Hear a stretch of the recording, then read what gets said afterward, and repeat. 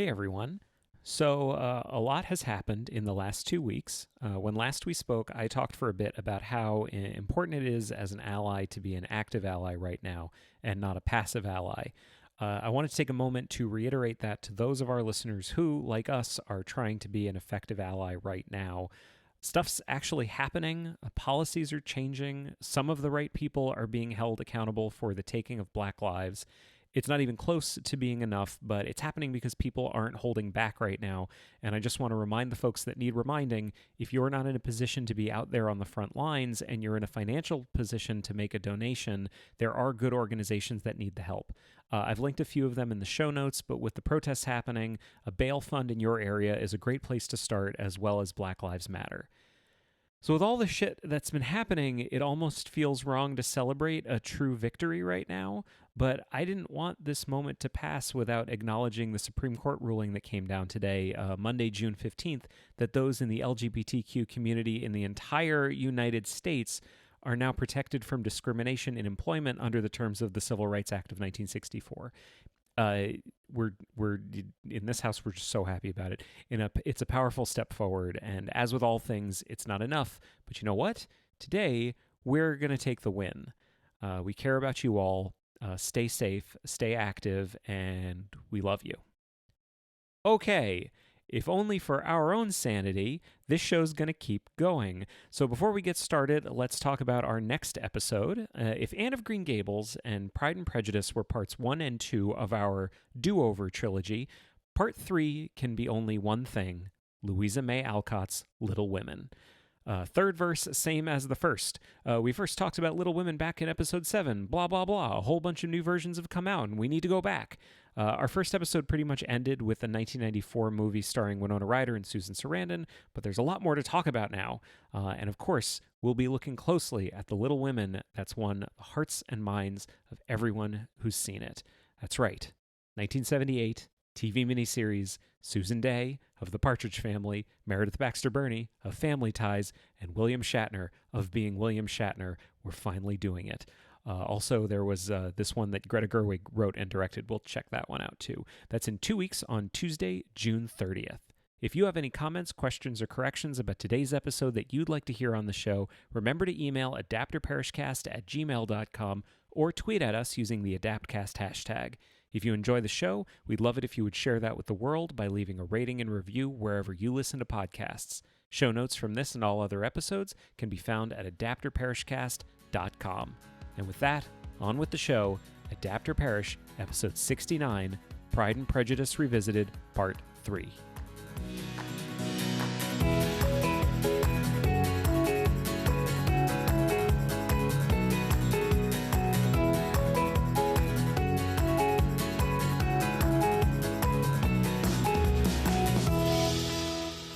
Welcome to Adapter Parish, a podcast about adaptation. I'm Jeremy Latour. And I'm Arielle Lipshaw, and today we will be talking about, but let me check my notes.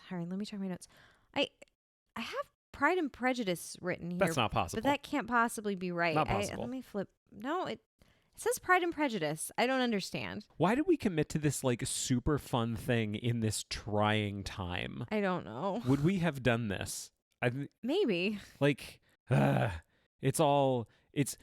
I assume everyone is a little amped up in their house. We're a little amped up in our house as well, but we are going to, just for the next 2 hours, we're just gonna push things off to the side for a second. Everything is still on the table. All of it, all of the anger that everyone's feeling, the fire that everyone has in their bellies right now, it's still on the table. We're just we in our home are pushing it off to the side for 2 hours so we can record our fun show about Pride and Prejudice. We're not getting out the fire extinguisher. No. For the belly fire, we're just having a cool drink. That's all we're doing Yes. at the moment. Yes. I don't even want to talk about it in this moment because I talked about it in the intro. Anyway, what cool drink are you enjoying right now? This is an alcachofa. I recently found out that it is not Cynar, it is Chinar. Did you find that out? It was on the YouTube. Okay, so we have some... We don't know. We don't know. So we heard it pronounced Chinar by someone who seemed to know what he was talking about. We were confident and now we're not. But we it have is fewer. Like you know what? How appropriate could it be for this episode that we came out of the experience with the drink with more questions than we went in with? I mean, that's an amazing segue. Let's Thank just you. go with that. Thank you so much. We have a lot of questions about some of the stuff, so I don't even want to mention everything we're going to talk about because we've talked about a couple of it. If people saw the Instagram post, all the pictures are there, but we are talking about all of the non-standard Prides and Prejudices in movie form. Yes. So the modern day adaptations, the loose adaptations. Yes, the non-traditional adaptations. Yes, the ones that might have zombies in them. For example. For just as a for instance. Or Mormons. Well, I mean, that brings us to our first one right now. So we're talking about 6 different adaptations right now. We've already done our 2 episodes on, we talked about 1940, we talked about 1980, we talked about 1995, which is a very good adaptation. We talked about 2005. Hopefully the people that love that one are still listening to this show. I think they understand that it was all in good faith. I hope we presented ourselves well. I hope so. But now we get to talk about all the fun ones. And we decided we were going to talk about these. I mean, for lack of a better word, I'll say we'll talk about them in the order in which we liked them. Yeah. So least favorite to most favorite. And I will say, like, we kind of liked all of them in different ways. Almost. For different reasons. Almost all of them, except maybe the very first one we're going to talk about. May I jump in? Yes. As a means of introducing this first adaptation of Pride and Prejudice, I would like to acknowledge the fact that this is episode 69. Oh, boy. Which is famously the sex number. Oh, boy. And it's going to be that kind of episode, is it? Are we just like punch drunk and goofy? I cannot wait to talk about the Mormon Pride and Prejudice. Pride and Prejudice, a latter-day comedy. 2003. That is the real title. Yes. They changed it for like wide release. I say quote unquote wide release because they wanted it to be accessible to people who are not members of the Latter-day Saints Church. Gotcha. So it was originally just called Pride and Prejudice? Well, no, it was originally called Pride and Prejudice, a latter-day comedy, and then they changed it to Pride and Prejudice. Gotcha. Okay. But I will only be referring to it as Pride and Prejudice, a latter-day comedy. This one just brought up more questions than answers. This is the one I was talking about. Yeah. Just like, I guess the questions kind of fell into 2 categories. One was genuine confusion about the plot, and the filmmaking. Which is weird because we know the plot really well. Yeah, it is always weird to watch something that's an adaptation of something you know really well and or have seen many, many adaptations of and still be very confused about what's going on. Okay, so first category of questions, genuine confusion. Second category, like, we feel maybe bad about these questions because I think they stem from our personal lack of understanding of the Mormon religion. And that's no one's fault. We could have researched. We didn't necessarily. I'd go a step further than that. I would say more than the Mormon religion, the Mormon community. Yeah. The norms and mores, I would say, of the Mormon community. So like as another for instance, Mormon versus Latter-day Saints. In a lot of the reading I did about this movie, I seem to see a lot of times that people were saying, well, Mormon, or more accurately, the LDS community. And I found that very confusing. I couldn't really find an answer as to why those are super different. Well, I think but I just don't know. Well, that I think I know. There are a lot of different branches of Mormonism. Yeah. Like there's like the big love fundamentalist Mormons that the Latter-day Saints have dissociated themselves from, right? Like, there's all different branches of Mormonism. Yes, no, as we know, the LDS community thinks that bigamy is bad. Yes, they in this movie, someone goes to jail for it. We'll get back to the messaging in this movie. Oh boy. Okay, so this movie is very interesting because this and one other that we're going to talk about later were the only ones where they totally divested themselves of the family structure of Pride and Prejudice. And they decided to make all the Bennett girls not sisters, but roommates. So immediately, I feel like you kind of lose a little bit of, I don't know, like stakes when none of them are related to each other and just seem to be a little bit randomly living in the same house together. Did you get that? Did you get that impression? Well, like, so here, as an example, like, we're going to jump all over the place. I don't think people have listened to us talk about this for like 3 hours now. Yeah. Okay, so when Lydia hooks up with Wickham, which the characters are still, Lydia and Wickham are in it.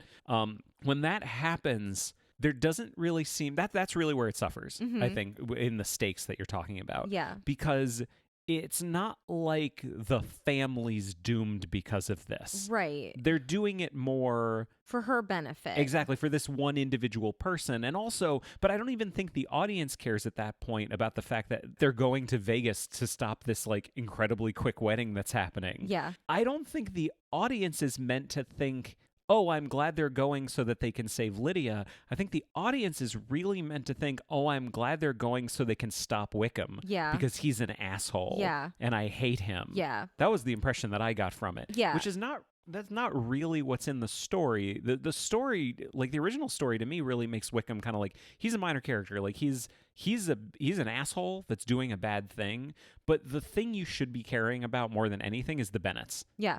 I mean, the funny thing is that this is the only one that we're going to talk about today that the danger to Lydia is actually a bad marriage, which is straight from the text. Yeah. And I think that's interesting because what we're talking about is this movie is quite conservative, I think, in its point of view.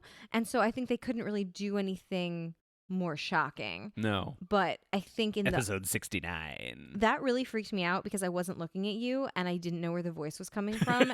And I just heard a really scary voice in my ear. And I don't think it is like, of all the points in my life where I feel like I could genuinely be losing my mind, I think I am maybe the closest at this moment. Oh, in time. June 2020, you think could be the moment that you start to lose your mind? So it disturbed me perhaps more than I can say. Just so you know, look at me right. Hello. Hi. I said episode 69 in a funny voice because, again, 69 famously the sex number. Great. And we're talking about the LDS Pride and Prejudice. Yeah. Where to go from here? So yeah, all the other versions, if they needed to modernize it, they needed to make it into something like a little more shocking to us in the modern era. In this case, really, I guess the fact of the elopement would be shocking enough. Like Lydia in this version is more chaste than like Lydia in the book. Like Lydia clearly has not slept with Wickham. Her full intention is to get married. But she's like on the spectrum of like promiscuity that is shown within this movie of the characters, she's definitely at the far end of it. But it still is a spectrum that's fully in the context of people in an LDS community in Utah. Yeah, I mean, at one point, Lizzie asks Jane, who is dating Bingley, like about her intimacy with Bingley, and she leans in like really conspiratorially as if to like ask her about like some shocking secret, and what she says is, "How's the kissing?" And Jane is actually a little bit shocked. She's like, I mean, he's a perfect gentleman. But let's go back. We haven't really talked about who these characters are. Okay, And there's kind of a reason for that because they are not important. I have a paragraph from a review of this that I would say serves as the back of the book for this particular version. Great. Elizabeth, an aspiring novelist in her mid-20s, lives in a nest of squawky Mormon Valley girls. Man-hungry Lydia and her little sister Kitty are devotees of a romance guide called The Pink Bible. Socially inept Mary, meanwhile, thumps the good book and scares away potential suitors. Elizabeth's Argentine roommate Jane peppers her Spanglish with words like idiotas and quickly falls for dim bulb Charlie, who has gotten rich marketing classical music CDs for dogs. That's accurate. I mean, you did it. We can stop right here. That's what this movie is. That's everything. Okay. I feel like many of my problems with this movie can be summed up by the thing I just read. Well, yeah, but like something that happens in the very, very beginning, which is that the movie is introduced by Lizzie doing the famous line, slightly changed up, about the single man in possession of good fortune. Which is totally fine. Yeah. Many of the movies start this way. I would say probably the majority of them. But then she goes on to kind of explain that quote in terms of its relevance to her own life, and where she's still kind of in voiceover. This is the first line of the movie. We haven't even really met this character yet. And she says something like, yeah, and like my mother wants me to be married. I'm 24 and I'm still not married, and that's not good as far as she's concerned. And then the movie begins. We never meet Lizzie's mother. She's never mentioned again. Really, surely that's not right. Let me check my notes. Really, no pressure on Lizzie to get married is ever really mentioned ever again. So we're just left with all of these questions. Another example, there's never really any explanation of why all these women who are vastly different in personality live in this house together? Like, are they assigned roommates? Are they friends? They don't really seem to be friends. That goes to questions that I have about the community. Okay. The other question I have is that I actually answered because I did do like the tiniest amount of research. Because Lizzie introduces Jane as my Argentinian roommate. Like, oh, okay, that kind of came out of nowhere. There is a large Mormon community in Argentina. I did look that up. There's a substantial one. So perhaps it is common for Argentinian members of the LDS community to come to the U.S. to study. I do not know that. I didn't look that far into it. But the other thing that we were so confused about, just in terms of like who these characters are, like a really, really basic question, who are they and what are they doing here? We did not understand why Lizzie was 24 and apparently an undergraduate in college. Yeah, the whole education side of this, it makes no sense whatsoever. Yeah. Like, it feels like they are all freshmen in college who are rooming together in like a suite in a dorm. Yes. That's what it feels like. But they're not. They're all in their 20s. Except for Lydia's little sister Kitty, who appears to be 15. So like, why is she living with these college girls? Then I really went down a rabbit hole of like, this may just be cultural ignorance on my part. Like, maybe Mormons go to college really late because they go on these mission trips. Like, that's a thing that they do. Like, they go on missions. And I did a little research, and from what I came across, and I could be wrong, first of all, not everybody goes. It's actually fairly uncommon to go on a mission trip for a couple of years. And they usually are like 18 months to 2 years. So it's not like you go for like 6 years after high school, which is kind of what I was thinking. And also, women can't even go until they're 21. So I guess I still didn't really make the math add up of why she was 24 and in college. Like, she said, I am 24, but she never really said, for example, I am a junior in undergrad studying English. She was just in these like very basic 101 level classes, of course, learning about Jane Austen. Well, that's a separate thing that is bullshit and shows up in all of these, and I have something to say about it, but I'll let you finish. Yeah. And like, it's the same for all the characters. Like, Bingley and Darcy are like not in college because they're wealthy young businessmen, but why are they having this wild party with all these wild, quote unquote wild, somewhat wild party with all these college kids? But Bingley was like talking about a paper that he wrote that sounded kind of anti-Semitic. Like, it just... Did it? Yeah, remember? It was like something about Anne Frank, and then... That doesn't sound anti-Semitic. It just sounds Semitic. Oh, no, I remember. He told like a weird anti-Semitic joke, and then you saw the text of his paper, and when we paused the movie, remember, we could see that the paper was about Fiddler on the Roof, to bring Fiddler on the Roof into it once again. Don't you remember that? There are so many... I'm going to stop you. I need to stop you. Because you have mentioned 3 things that, like, I need a sidebar on. And so before I lose them from my head, can I get a quick platform to do these 3 things? Yes. Okay, 1, Fiddler on the Roof. Yeah. We have gone through just a roller coaster in the last 2 weeks. Because in almost every episode for like the last 6 episodes, we just keep talking about Fiddler on the Roof, and we keep bringing up Fiddler on the Roof, and we fucking love Fiddler on the Roof. And we decided like a week ago in our personal lives, we are doing Fiddler on the Roof like episode after next. We are doing it. And then it was revealed by Deadline, like the next day, that Tommy Kail, director of Hamilton, was signed to direct a new movie of Fiddler on the Roof for MGM. So we can't do Fiddler on the Roof yet. We can't do it. By the way, I tweeted this.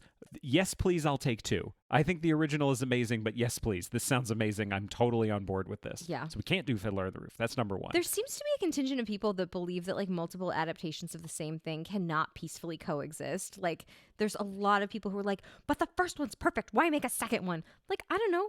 Make a second one. If you don't like it, you don't have to. Yeah. Like, you don't have to care for everything. I think if anyone understands that, it's our audience. Yeah.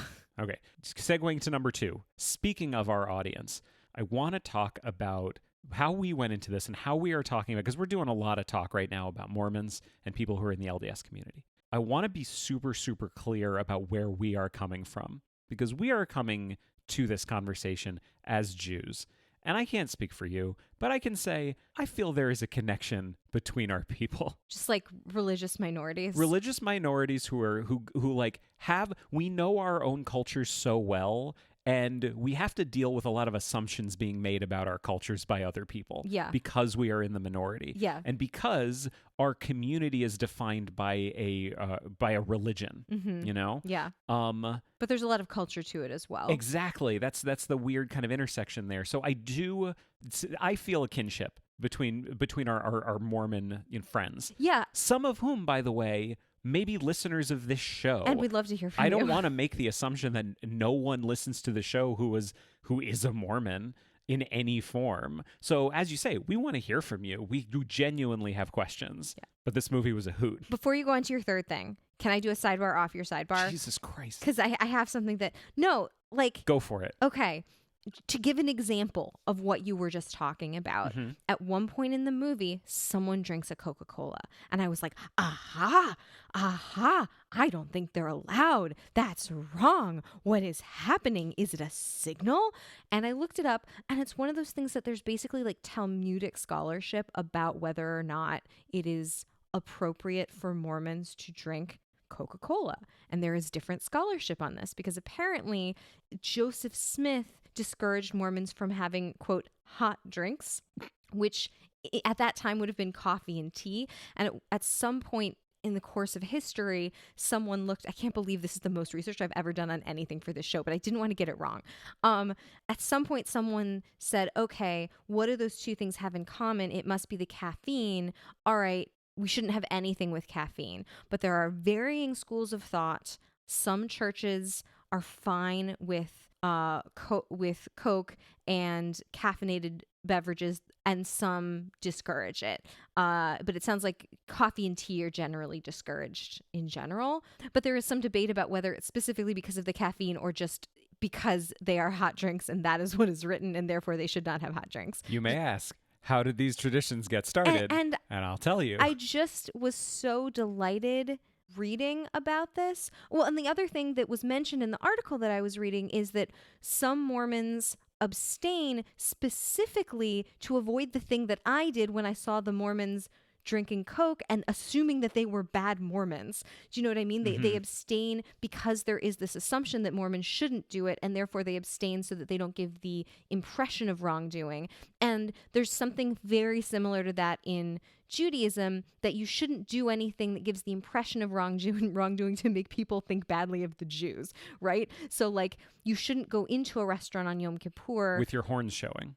Well, yeah, that's a separate issue. But you shouldn't go into a restaurant on Yom Kippur and sit in the window, even if you're not eating anything, because someone might look and say, look at this guy eating on Yom Kippur. He must be a very bad Jew.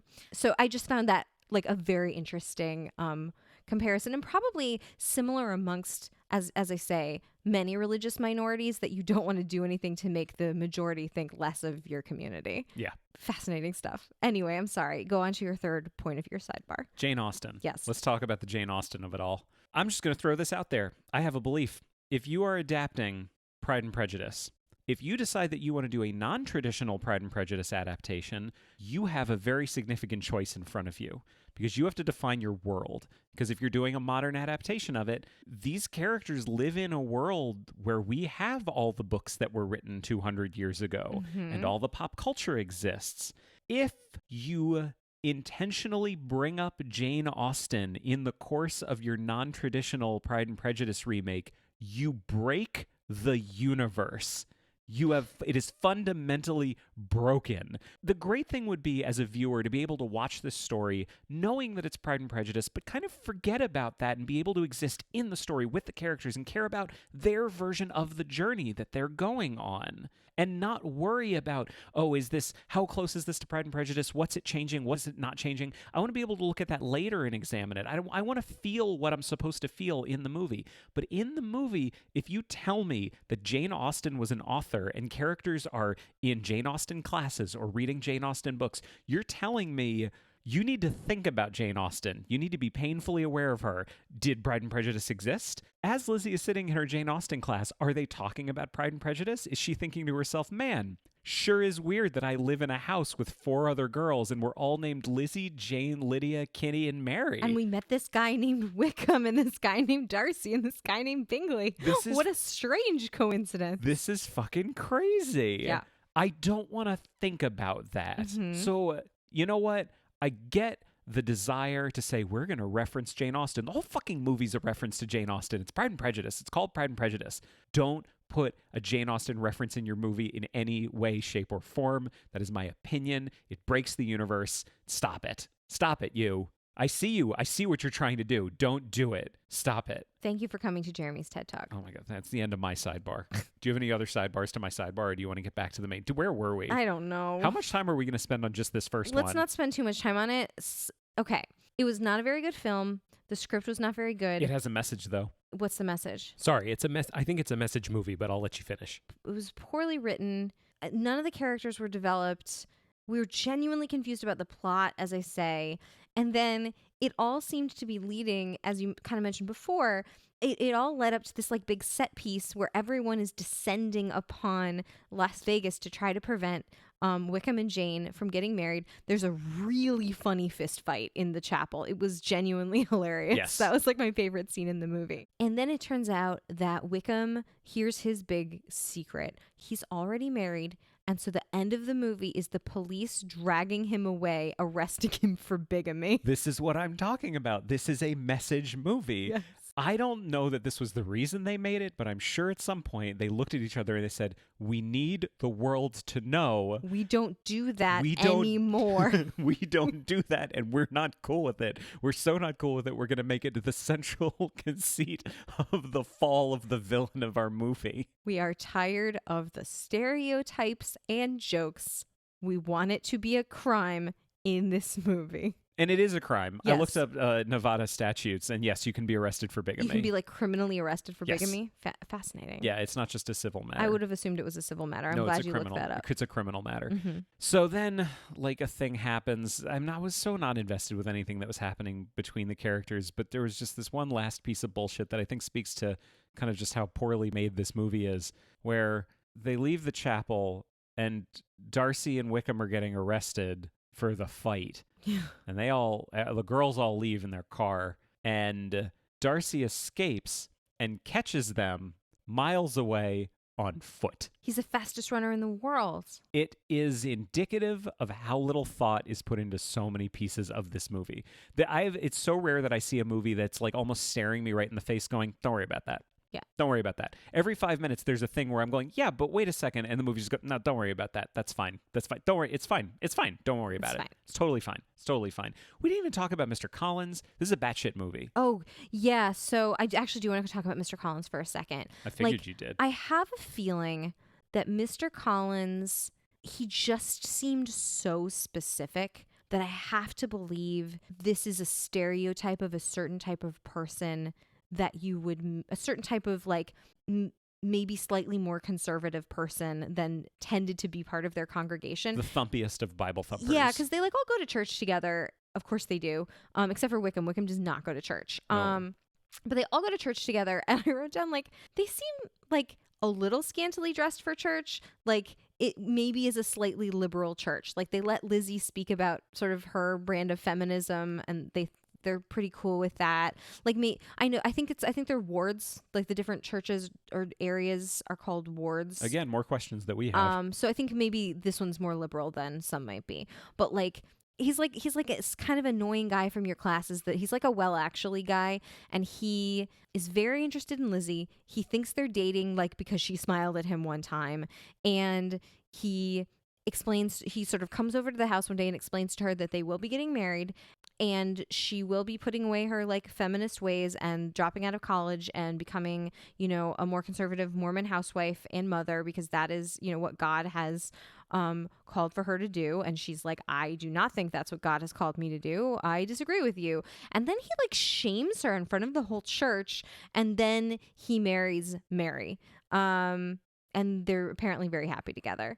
So that's a thing that happens. I thought that was interesting. Like Kind of presented without comment. Yeah, we all kind of know, hey, it's that guy, and that's what I just think it's very interesting that they turned like this very officious pastor in the original into a very officious person who was perhaps more religious in a certain way than the main character wished to be. Does that make sense? It does. It's just it's a weird lens to look at this whole thing through. It's very interesting and weird.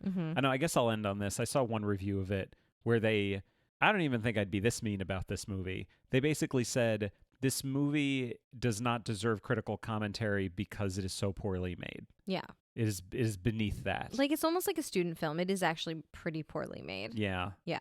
But we watched it. Yeah. And we spent half an hour talking about it. And now we should move on. And here's the great thing. We have 5 more to talk about, and we kind of liked all of them. Yeah, we're sort of going vaguely in order of how much we like them, but like as you say, we kind of liked all of them. We had some problems with some of them, but we'll get to it. Yeah. Can I talk about our next one? Yeah. So the next one we watched was 2019's Pride and Prejudice, Atlanta, which is technically a Lifetime original movie. Just number 2 on this podcast. It was directed by Rhonda Baraka. It was written by Tracy McMillan. We liked this movie.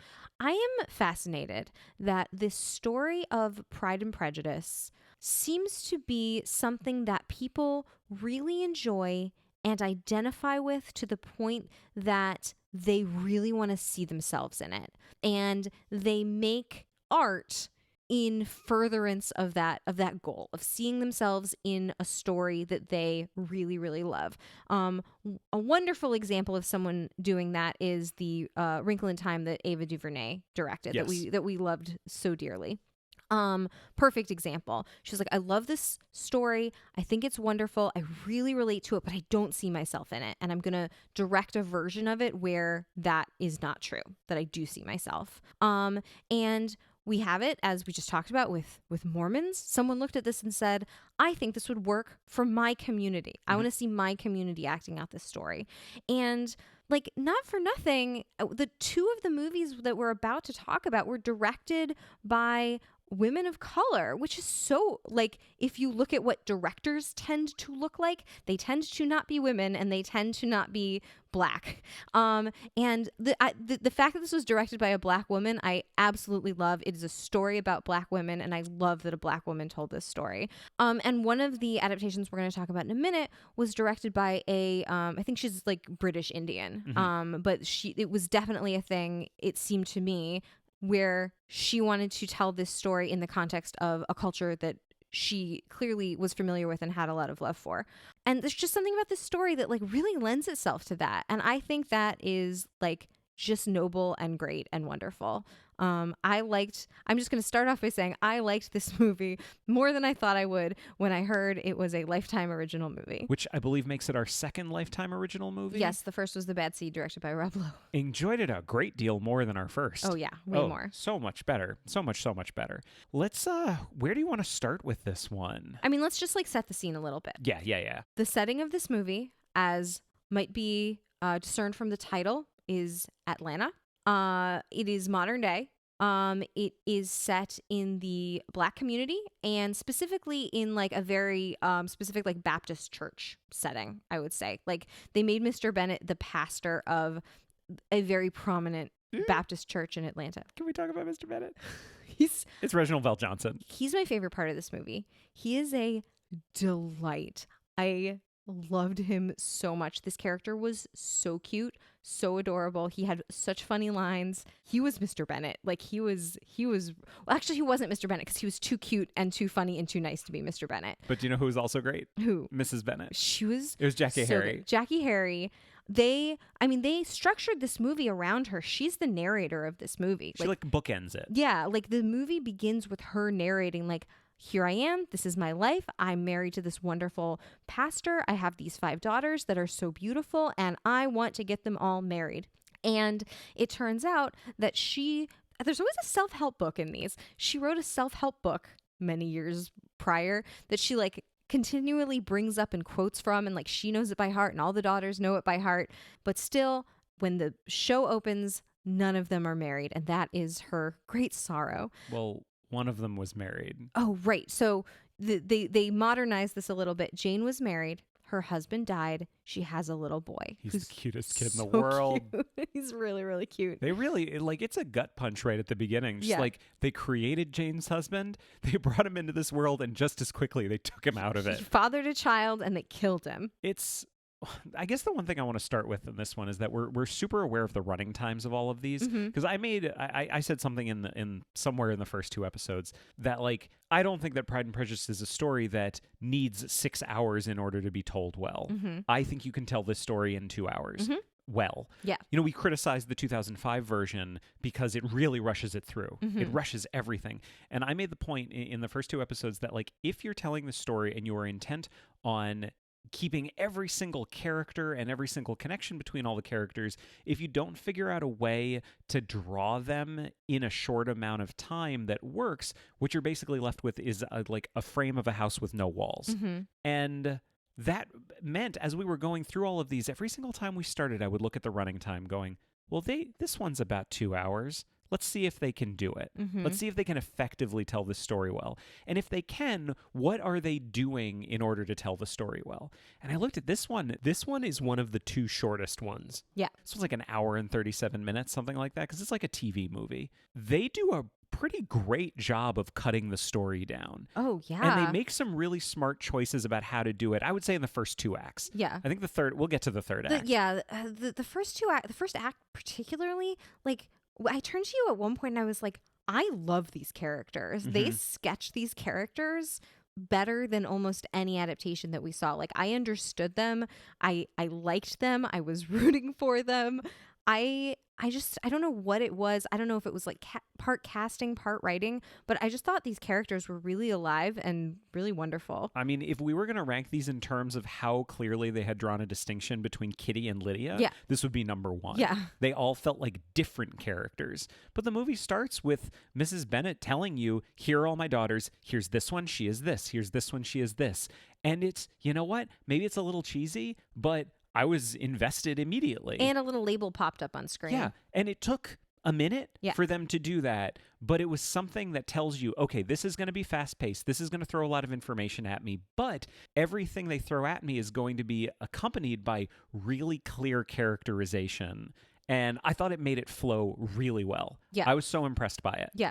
Well, especially because, like, Mrs. Bennet was, you said this, but, like, Mrs. Bennet was essentially doing the joke thing that we did in the previous episode, which is like, how would the nosy neighbor describe these girls in 2 sentences? But it made sense as her character because, like, she's the mother, she's proud of her girls, she likes talking about them. And you can see her having this conversation with someone like, oh, that's my daughter Jane. She does this. That's my daughter Lizzie. I'm so proud of her. She's a community organizer. She's so passionate. I really wish she would get married. You know what I mean? Like, she has a spiel for each of her daughters that her character would say to other people. It's not just exposition. Yeah. I think we can point at a lot of different things in the movie that are super smart. I think they graft the story onto the world that the characters live in really well. I think they figure out a really good way to, like, bring up the class system. Like, I think one of the decisions they make that's really smart is that Darcy is now someone who is running for Congress. He's a politician. And his aunt, Catherine, is very invested in him winning his election. And she's very rich. Yes. And I think that's a really smart choice because if you want to tell the story well, Darcy needs to look at Lizzie and go, everything about us getting together is wrong, but I want you anyway. Yeah. Which is his flaw. Yeah. That he thinks that. Yeah. But he has to have a reason for thinking it. And if you just make him rich, well, that doesn't really tell you anything. But if you make him someone who's running for office and you make him a politician, you've turned him into someone who needs to be very, very careful about every single decision they make, and anything they do in their personal life can reflect on their political career. I'm not saying that to say that he's right, but it does make sense to me. Yeah. And they did something really, really smart, I assume on purpose. We can add it to the list. Yeah. That they looked at the original text and they said, okay, these girls are poor monetarily, but they are actually technically of the same class as these really rich people. There is no reason that they wouldn't be at the same party together because Mr. Bennet is a gentleman. Like, you're either a gentleman or you're not, right? Like, he's a gentleman. It's not like they wouldn't be at the same party together or in the same room together. It's just a question of whether or not these really, really rich men would marry girls with no money. So it's not necessarily a class thing, it's a money thing. And they managed to make a really direct correlation in this, which is that the Bennet family is not rich, but they are high in status because their dad is the pastor of the church, right? Like they are quote unquote equals with anyone who comes to the church. And their dad is a leader in the community, being the pastor of this important church. But they're not rich, and they don't have like a high social standing necessarily in terms, and all that comes with like Catherine asks Lizzie about like being a debutante, and Lizzie's like, what are you talking about? Like they're not in that tier of society. Which is this the one that had the when did you come out? And she'd be like, oh no, I'm straight. She's like, oh no, I'm straight. That was just super cute. Yeah. And Bingley, of course, has like the snotty sister who's like, oh yes, I do think it's very Who important. was played by Keisha Knight Pulliam. She was great. The casting was really good, I thought. Yeah. It was great. I was fully on board with all the casting. And like, especially Lydia, who is, I mean, as we all know, is Regina Carter, who we all know from growing up hip hop. Yeah. Who we all know is Lil Wayne's daughter. You're so excited about that. I just think it's delightful. Excited you more than anything. She was really good. And like Bingley and Darcy are both rich, but Darcy's a little bit more serious because he's a politician, and Bingley's a little more flighty because he's, what is he, a golf pro? Yes. So like he goes on these like golf tours and whatever. I just thought they made such like fun correlations between the original characters and what their modern equivalent in Atlanta would be. I agree. Yeah. Can I talk about something that didn't work for me? Sure. And this is kind of getting more to the third act and kind of how everything comes together. We can get back to other stuff we did like Mr. Collins. We'll talk about Mr. Collins. Mr. Collins was so good. He's great. I loved him so much. He's great. One of the things that I think we talked about a lot when we were watching all of these was just kind of asking, did the people making this really understand the central storyline of the story, which is Lizzie and Darcy, their love story? I make a lot of jokes about the fact that I didn't really understand that when Jane Austen says Pride and Prejudice, she's talking about two of the characters. But it's important that you know that, I think. And you find that out through the story because that's each of their central things that they need to get past. That's their shit they need to work through. In order for them to be together, Darcy has to work through his pride and Lizzie has to work through her prejudice. So if I see a version that strays from that, I kind of wonder two things. One, did they stray because they didn't get it? Which I feel like if you're the one who's making the adaptation, you should get it. Or two, did they stray because they decided it wasn't as important? In which case I would wonder, why are you adapting Pride and Prejudice? Because to me personally, that is the most important part. It's not important. To me, it's less important that there are 5 daughters than there is that it's a story of two people coming together who have to work through their shit, one defined by pride and one defined by prejudice. Yeah, we didn't. I'm just going to leap back to a latter day comedy for a second, because at one point someone says to Lizzie, you just have to get over your pride. And we looked at each other and we were like, but pride isn't her problem. Her problem's prejudice.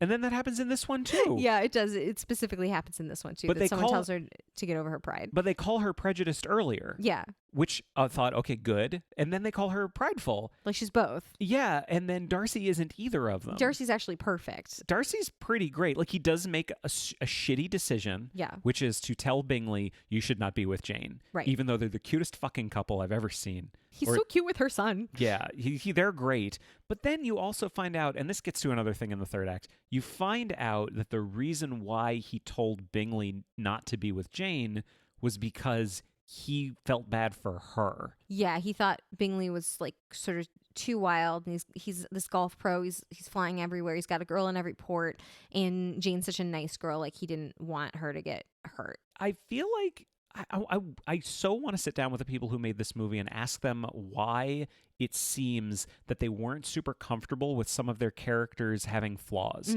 Because Darcy doesn't really have any flaws in this movie. I think the worst thing you can accuse him of is not being great at communicating. Yeah. Well, he also said that like Lizzie was not that pretty or something. Like they do the first thing, the first classic thing where she like overhears him saying like, she's not interesting or whatever. But then they also, this extends to Wickham, because the whole thing with Wickham in this one is that there's nothing between Wickham and Lizzie. There's none of that. Wickham hooks up with Lydia early on. Yeah. And the central conflict of this, the Lydia conflict, so what do we have so far?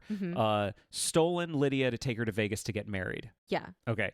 Now we have got Lydia pregnant. Like, and not like in a mustache twirly way, just sort of like they were kind of hooking up. They weren't super serious, and she accidentally got pregnant. Yeah, and they weren't even seeing each other when she found out. Yeah. The way they resolve it is not inherently bad, but I wonder what's the reason? Because the way they handle it is that when presented with this information, they've already set up that there's kind of a differences thing between Darcy and Wickham.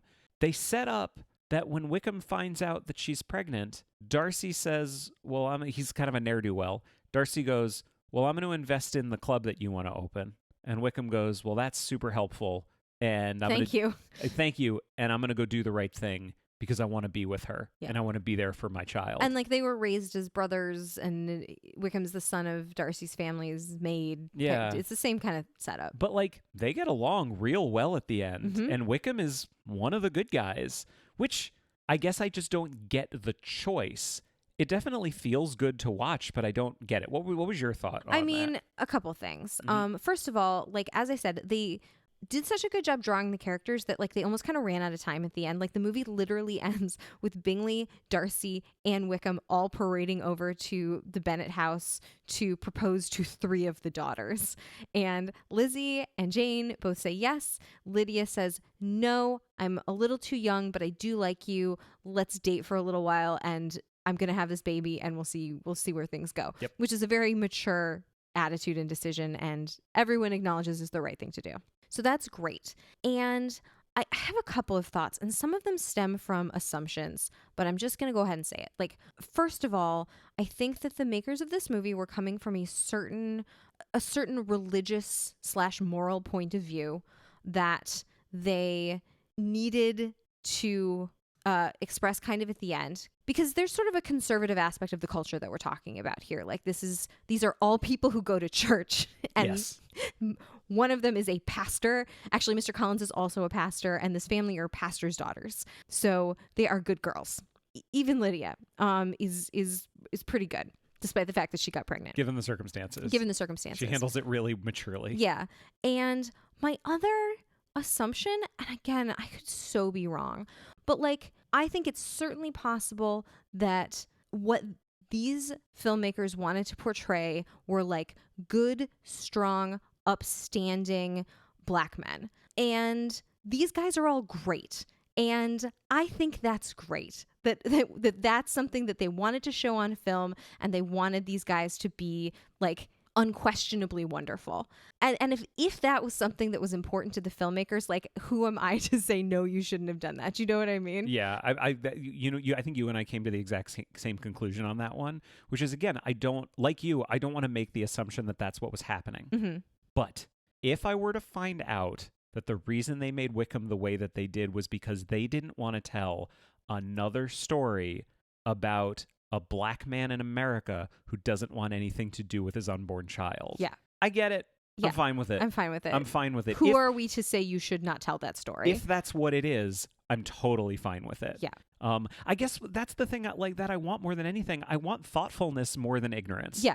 Like, make any changes you want as long as they're thoughtful changes that come from something deep and personal or from a story perspective. This movie feels thoughtful to me. I really like a lot of the stuff in it. I guess some of it could just be coincidence by people that were good at guessing, but like I don't think so. Like I just, as I said, like the correlation between class and money and status is so spot on with the original text. And again, can't be emphasized enough. Reginald Bell Johnson's so amazing. This character is so great. And the Mr. Collins character is a close second. Yeah, he's Reverend Stevie Collins. He grew up with the girls. He grew up with Lizzie, and he is now a reverend himself. And he's played by Carl Anthony Payne II. He is how old did you think he was in this? You asked me, and I thought you were going to say like he was younger than I thought. So I was like, I don't know, like maybe 30, thinking you were going to say he was like 25. 50. He looks great. Looks amazing. Like youthful. He looks younger than I'll ever look in my entire life. And I'm not talking about just his appearance. I'm talking about the way he carries himself. Just the look in his eyes. Like he's just got a lot of energy. He's great. Yeah. He was great. He's so funny. Absolutely the best part of the movie. The scenes between him and Mr. Bennet are hilarious. Like he comes to Mr. Bennet and he's like, God has given me a sign. I've heard the word of God. And Mr. Bennet's like, that is fantastic. I'm so anxious to hear what has God told you. And Mr. Collins is like, he has told me I'm going to take over from you as pastor of this church. And Mr. Bennet's like, fascinating. It's so good. It's a fun movie. It's so fun. I think it falls apart in the third act a little bit just in terms of momentum. It's rushed. It's rushed at the end. It's really, really rushed. And this is the kind of thing where it's a TV movie. I bet the budget for this and the budget for the latter day one were basically the same. Yeah. But it's amazing how much further you can push it in 2019 than you could in 2003. It looks so much better. And I said to you, like, I wouldn't be surprised if the budget was smaller. Yeah. And it looks so much better. But like the rough edges show a lot. Mm-hmm. There's a lot of pretty bad ADR. They clearly had to make some story decisions late in the process that they couldn't like reshoot for. I don't know. The whole thing is like, it's a little bit rushed. It's a Lifetime original movie. It suffers for that, but it is very thoughtful and really fun. And there's some genuine standouts in it. Yeah. Reginald Vell-Johnson. Yes, Reginald Vell-Johnson is Go watch it great. just for that. He's so good. He's great. Actually, Jackie Harry too. They're all so good. I really thought the cast was great. Well, I mean, we didn't even talk about like Tiffany Hines and Juan Antonio. It's like we didn't talk about their performances as Lizzie and Darcy. Yeah. They're good. They're good. Lizzie, she's really good as Lizzie. I like this version of Lizzie. It works. Yeah, like she's a very modern Lizzie. Like they don't try to make her like an 1810 person in a 2019 world. She's like a community organizer. She's out there like protesting and like yelling at the developers who want to tear down her favorite movie theater. Yeah. There isn't like a like subtextual independence. There's like a literal independence to her. Yeah. Well, I guess we need to transition to the next one. Mm-hmm. And okay, go with me here for a second. Mm-hmm. So Pride and Prejudice, Atlanta. Mm-hmm. There's another big thing on TV that was like shot in Atlanta and partially took place in Atlanta, and that was The Walking Dead. Are we doing The Walking Dead? I didn't watch it. I didn't do the homework. No, I'm sorry. But why would it be appropriate to bring up a zombie show when we're talking about Pride and Prejudice? I cannot imagine. Famously, Pride and Prejudice and zombies is a thing. I Okay, thought so you were going to say famously Pride and Prejudice has no zombies in it. well, I mean, that is famous too. Okay, so this was a book and then it was the movie. Yes. You've read the book. I mean, like a long time ago. I haven't read the book. Yeah. We could have read it for this. We could have. But like, I mean, let me tell you what my impression of the book was. And this was from years ago. So maybe there is more subtlety to it that I am not remembering. It's the book Pride and Prejudice. And every so often they change something. So it's about zombies. That's always been my understanding of it. That's kind of what I was expecting here, and it's not what we got. Like anytime that they're not dealing with zombies, there's big sections of it that are just Pride and Prejudice, like the text Pride and Prejudice, which they can do because it's out of copyright. I feel like we're burying the lead here, which is that we really, really like this movie. I liked it so much more than I expected to. I thought it was going to be dumb, and it wasn't dumb, actually. I was going to say it was dumb in a good way, but like it was dumb. If it was dumb, it was dumb in a very conscious way. I felt like there was a lot of good conscious decision making that went into this movie. Yeah, I mean, my expectations were very low because ever since this came out in 2016, I feel like I'd been hearing very, very similar things, which is some combination of it's not as good as you want it to be, and really, it's not going to satisfy. Who's it going to satisfy? Who's it made for? It's not going to satisfy fans of Jane Austen, and it's not going to satisfy zombie fans. Mm-hmm. So what's the point of it being? So what I've really heard is a lot of like people who love horror who are disappointed with it, and people who really like Jane Austen who think it's dumb. And we watched it, and it ended up being a fucking hoot and a half from like minute one. It's also got a third act problem. Yeah. Kind of like Atlanta. Yeah. But we can get to that in a minute. Yeah, okay. So the only thing you really need to know for context is that the Bennett girls, instead of being demure young ladies waiting around for marriage proposals, are zombie fighters having been trained in the Chinese arts by their father, which is not the fashionable zombie killing arts. The fashionable zombie killing arts are the Japanese, but they have been trained in the Chinese style. I was delighted. This was like a layer to the entire thing that I did not know about, and I was delighted that there was some thought that went into the whole thing. Like, here are the things I didn't expect. I didn't expect that talking about the class system, I didn't expect that the way that they would show class is through fighting styles, which I think as a choice on paper is brilliant. The other thing I didn't expect like the nature of the zombie apocalypse to be like a plot. Yeah. Like I didn't expect there to be a villain. Yeah. You know, I expected there to just be zombies. Right. I'm not a person who has really hard opinions about zombies in general. I kind of like the zombie stories where zombies are just these shambling, brainless, creatures Yeah. that don't have a plan and move slowly. That's the type of zombie that I feel like I respond to most of all. What type of zombie do you respond to most of all? The kind that's not in the movies you watch?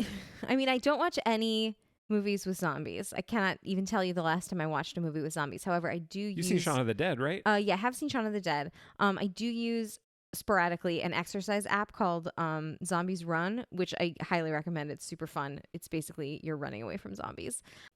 But okay, let's just kind of walk through my notes on this, because like the plot does not bear explaining. I think it does. Okay. Okay, so let me see if there's anything. What are the big changes that they make? Because I feel like that's worth talking about. Well, Darcy is the lead zombie hunter. Yeah, there's like a military aspect that runs through the entire thing. So he's Colonel Darcy. Yeah. And he's a zombie hunter. And Lady Catherine de Bourgh is still his aunt, but an even more famed zombie hunter who lost an eye. So there's a lot of fighting. It's a layer that's put in everything. And I feel like the only other thing is that there is this zombie plot that I'm talking about where it turns out, I'll spoil the end right now. It turns out that these versions of zombies are not the brainless, shambling creatures. They kind of have a mind, but they are addicted to eating brains and people. And they can think and communicate, and they form an army, and they try to take over London and then the world. Yes, and there's like an offshoot of them that are just eating like goat brains. Pig brains. Pig brains and not people. Kind of like the Twilight vampires. Yes. Go with me. Right. Well, Angel also, like, right. he drinks Famously. pig's blood. Pig's blood. Famously. Right. Yeah. Spike likes to break up Weetabix in his. It gives it some body.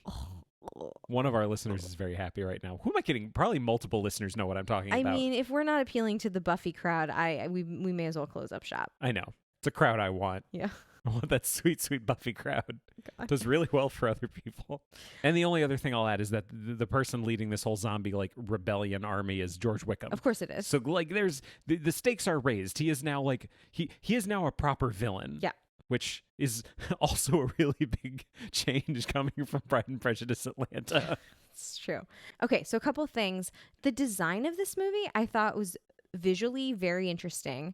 This was like number one on the list of things that like pleasantly surprised us. Yeah, there's like a whole pre-credit sequence with Darcy like killing the family of zombies that used to live in Netherfield, and that's why it's not lived in right now, because there was a zombie attack there a few years ago. So that was fun. It really set up the world in a way that didn't require a lot of explanation. Or backstory, which was great. Then you go right into the credits, which are like beautifully like hand drawn. Like the design of the credit sequence, I particularly thought was like a paper cutout puppet kind of thing. Very beautiful and fun, really fun.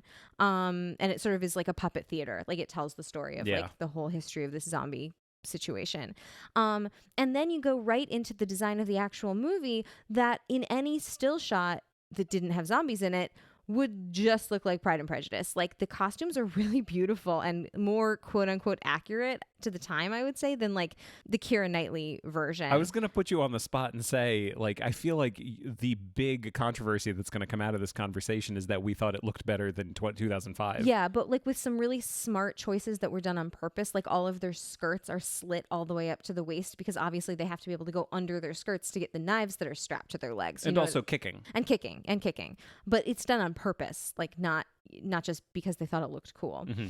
And the thing that I realized sort of while we were watching is that if the sort of early 19th century manners aren't accurate and it's not very, very, very clearly Pride and Prejudice, except for the fact that there are zombies, then it's just any zombie movie. Then it's just that like really bad Robin Hood movie that we watched. Remember that was like in no time and no place. Oh, yeah, the 2018 one. Yeah. Yeah. What is it? The Taron Egerton one? Yeah. Yeah. Who is good, but that movie is bad. Yeah. So then it's just that, right? It's just this... Who is good, but we hated that movie. Yes. I'm trying to be better about that. That's fine. It's fine. But what I'm saying is the zombie stuff doesn't work and isn't as funny if they don't establish the time and period and location as well as they do. I will say too, so those are my things about sort of the design of the movie. I will say too, like this movie of every single one that we watched for this episode, I think was the only one that got like a giant like spontaneous belly laugh from us. Remember when Oh, the yeah. zombie got her head shot off like really surprisingly? There are really good zombie kills in Yeah, this. really good. We were laughing. It was so funny. At one point I wrote in all caps, "Cool fight, lots of boobs." And like that's if you like fights and boobs and also Pride and Prejudice, I don't know why you wouldn't like this movie. It reminded me of like a modern Shakespeare. Yeah, I mean, you made that point when we were watching it, and like that really opened it up for me during the, in vain I have struggled, it will not do, blah, blah, blah. Et cetera, et That cetera. scene went in a direction that I didn't expect, because at that point, they are fighting with each other in the original story and most of the adaptations we watch. But they're not physically fighting with each other. Well, of course not. They are verbally sparring with each other. But what you've done is you've upgraded this to an action movie. Yes, there's no zombies in this scene, but they are both fighters. They are going to have a physical altercation. But the lines never, if you just read the dialogue and didn't read the stage directions, you wouldn't know that it was a fight, because it reads exactly the same as like a classical version of it. But they're doing like beautiful fight choreography in this. Yeah, it reminded me of like when you go to see a Shakespeare play and like they've kept all of the original dialogue, of course, but like they've set it in the 60s or in South Florida. And it like in Romeo plus Juliet, where like the guns have like broadsword written on them, you know what I Yeah. mean? Like they modernize it in that way, but they keep all of the original dialogue, which is something I'm a big fan of, by the way. I don't want to say I don't like it, because I think it's great. But like that's and I've seen a million productions like that, so it just had that really strong sense memory and like that feeling that I was watching something classical that had been updated into a different context, and it was super fun. It was super fun. Yeah. The other thing too is that like I felt like it was so self-aware. Like I thought the director really did a good job referencing. It was Burst Ears, by the way. Okay. Referencing other Pride and Prejudices. At one point, they literally just do shot for shot the scene of Darcy Titt jumping into the pool in his white shirt. And I thought that was great. It was so funny. It was such a nod. It was such a beautiful nod to fans of Pride and Prejudice. I found it very loving. Yeah, it like was. I think that's the big thing about this is I feel like the people so Burst Ears wrote and directed it from the novel by Seth Grahame-Smith, and it felt like a labor of love to me. It felt like the people making it gave a shit about doing a good job. And I feel like there's this really weird, I've been thinking about this so much since we watched it, because the reaction to it was nowhere near what our reaction was. And I just wonder, like, what type of person is going to enjoy this? And I feel like what it needs is it needs someone who is here for it. If you're not here for it, you're not going to enjoy it. It's not going to win you over necessarily. Does that make any sense? Yeah, that makes sense. If you're a Pride and Prejudice fan and you don't like zombies, you're not going to enjoy it, I assume. If you're a zombie fan and you don't really care that much about Pride and Prejudice, I also assume you're not really going to enjoy it that much, because there's too much zombie. There's too much like fun, good zombie action to satisfy someone who doesn't care about zombies. And there's too much really thoughtful, fun, inventive Austen adaptation for it to satisfy people who don't care about Austen and only care about zombies. But luckily, we like both. Right? Yeah. I was here for it. We swing both ways. I really enjoyed it. Can we talk about the cast a little bit? Certainly. Okay, I want to run through a few different people right now. Yeah. Who I think are very good. I just want to get it right out of the way. I think Lily James is a really good Lizzie. She's great. She's a really, really She good could have Lizzie. been a classic Lizzie. I think all of the daughters actually are very good. This Yeah. one, I think, did a good job of really kind of showing you the difference between Lydia and Kitty, which is the thing I always look for. Yeah. I thought the daughters were all very good. I thought it was so much fun having Sally Phillips as Mrs. Bennet in this, because she's in Bridget Jones's Diary. Right. Which as Shazza, which we'll talk about Bridget. Obviously, we're going to talk about Bridget Jones's Diary, but that's still coming.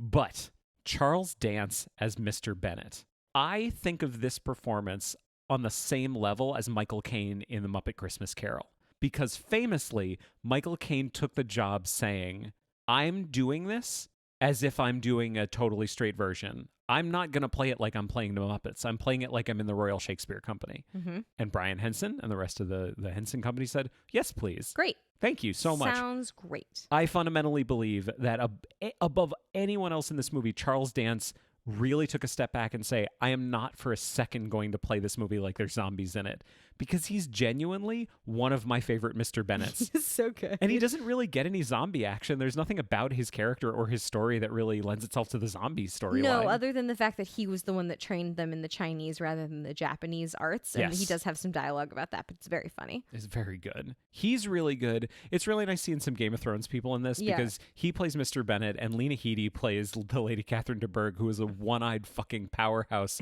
of an action lady who's awesome. She's also like the most likable version of Lady Catherine in any version. Yeah, because of course she's a good character, actually. Yeah, she's strong. Yeah. Okay.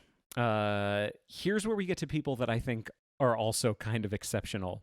I loved Matt Smith as Collins. Oh, he was really funny. And he wasn't in it enough to make it all about him. You know what I mean? Yes. I just hate him because I don't hate him. I hate Philip in The Crown so much. I hate him so much. And you also have never really given Doctor Who a chance. No, And that's I true. adore him from that. This is going to be the first of 2 Doctor Who references that are definitely happening in this episode. Yep. He's great.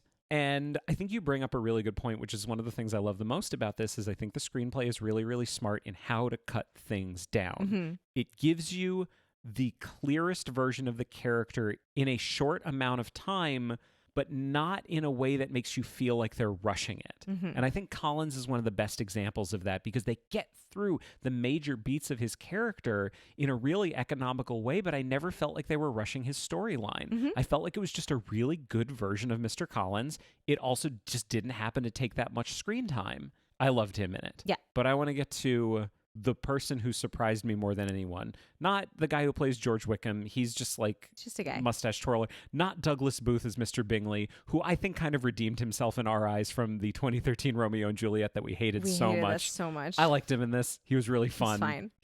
We're cool now. Absolutely fine. Sam Riley as Fitzwilliam Darcy. What an unusual person. He might be my favorite Darcy who is Ever. not Colin Firth. Yeah. I loved his Darcy. His voice is so unusual. Yeah. Real can't- raspy kind very of thing. raspy, but like it's hard to describe. He's very interesting. I just feel like this movie did something that more like traditional adaptations of Pride and Prejudice fail to do, which is they nailed the characters of Bingley and Darcy. At multiple points, I understood why they were friends. I understood their relationship. I understood what made them different. I understood how they could be friends despite their differences. Mhm. That's not something, apparently, that's not easy to do because we've seen ones that don't do it.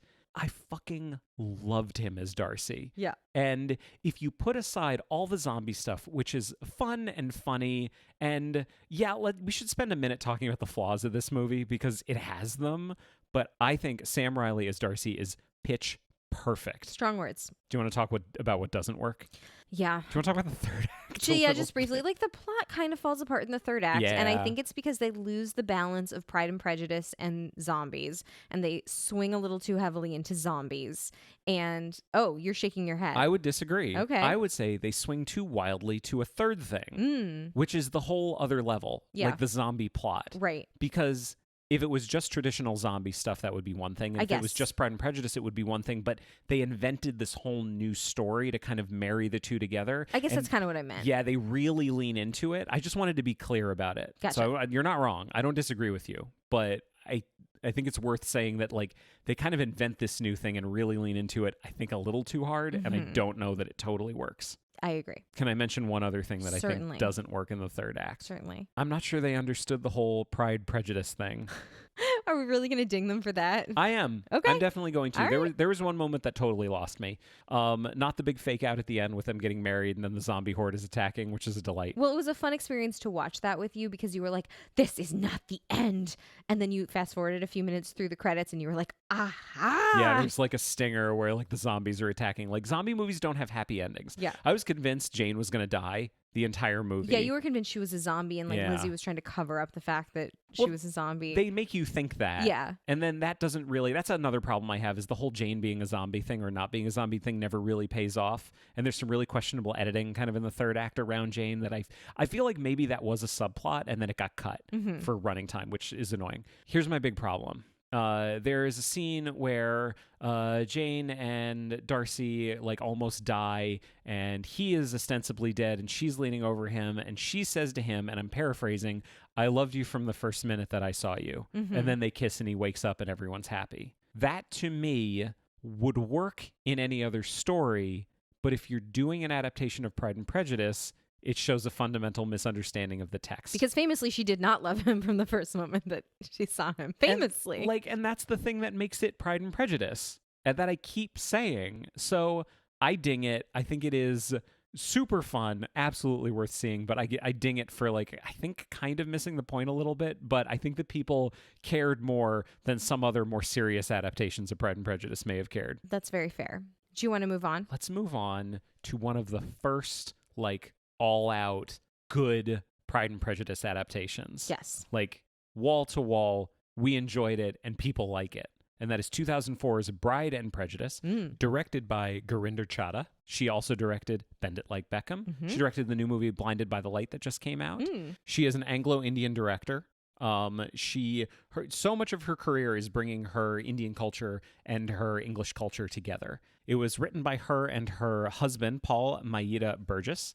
And what'd you think of Bride and Prejudice 2004? Because neither of us had ever seen it. Yeah, I mean, famously, as we've explored on this podcast before, we love a Bollywood movie. I was so excited at how much of a Bollywood movie it was. Well, we didn't realize it was a musical until we were about 15 minutes into it, and we were like, wait a second.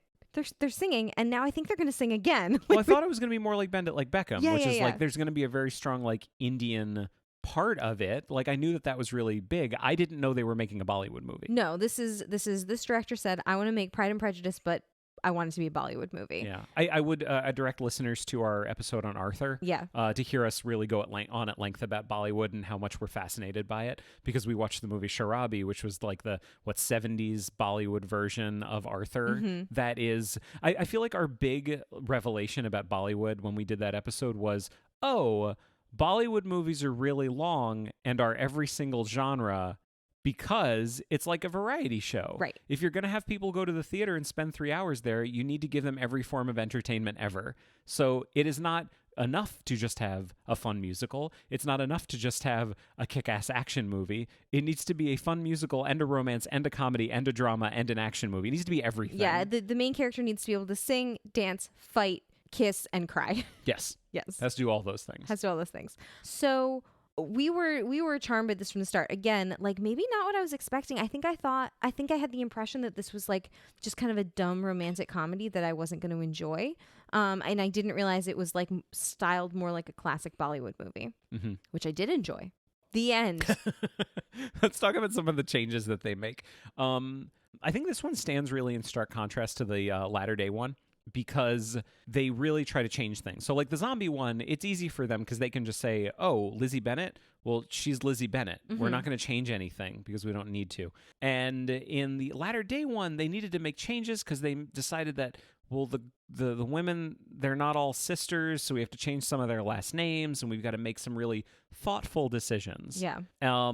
This one also makes some thoughtful decisions, but I would say the success of those thoughtful decisions is much greater. Yeah. So they changed the last name of the family. All the names still start with the same letter, which I love. Yeah, which I think that's what they kind of landed on. Except for Darcy, who is Will Darcy. Yeah. And then his sister's also Georgina, because they are not Indian, they are American. Right. Not British. Not British. But American. American. Which, again, super thoughtful choice. Maybe we'll get to that in a second. Yeah. Can I run through like a list of the names? Yeah. So like Lizzie Bennett is not Lizzie Bennett. She is Lalita Bakshi. And Jane Bennett is not Jane Bennett. She is Jaya Bakshi. And there is, so Mary, there's so many things about the daughters that are so good. So Mary is Maya Bakshi, I believe. Lydia is Lucky Bakshi, which is great. But they call her Lucky. Right. Kitty's not in it because Jeremy's so happy. He's like, see, you don't need 5 daughters. You only need 4. I just fundamentally believe you can fight me on it. People already have. I've already gotten comments online about this. But like, I still believe personally, me and my little circle that includes me, is that if you're going to do an adaptation, you don't need to have all 5 daughters because the most important daughters are Lizzie, Jane, and Lydia. and Mary and Kitty are optional. Yes, and they chose Mary over Kitty, I guess, so she could do the Cobra dance. Yeah, because Mary doesn't really affect the plot, and Kitty doesn't affect the plot. No, Like not at in all. this version. Well, not in any version. Yeah. I don't really think Well, so. I think Mary in this version is just awkward for both of them. Yeah, which isn't to say they're not great. No, Mary, the scene where she does that dance is amazing. It's great. It's great stuff. But here's one that is really good, and I think we can start to get into casting a little bit too. I want to talk about Mr. Balrajapal, played by Naveen Andrews, who is Mr. Bingley. Yes. Kind of like how the guy in Pride and Prejudice and Zombies is one of my favorite Darcys. Yeah. Naveen Andrews is one of my favorite Bingleys. Yeah, he's great.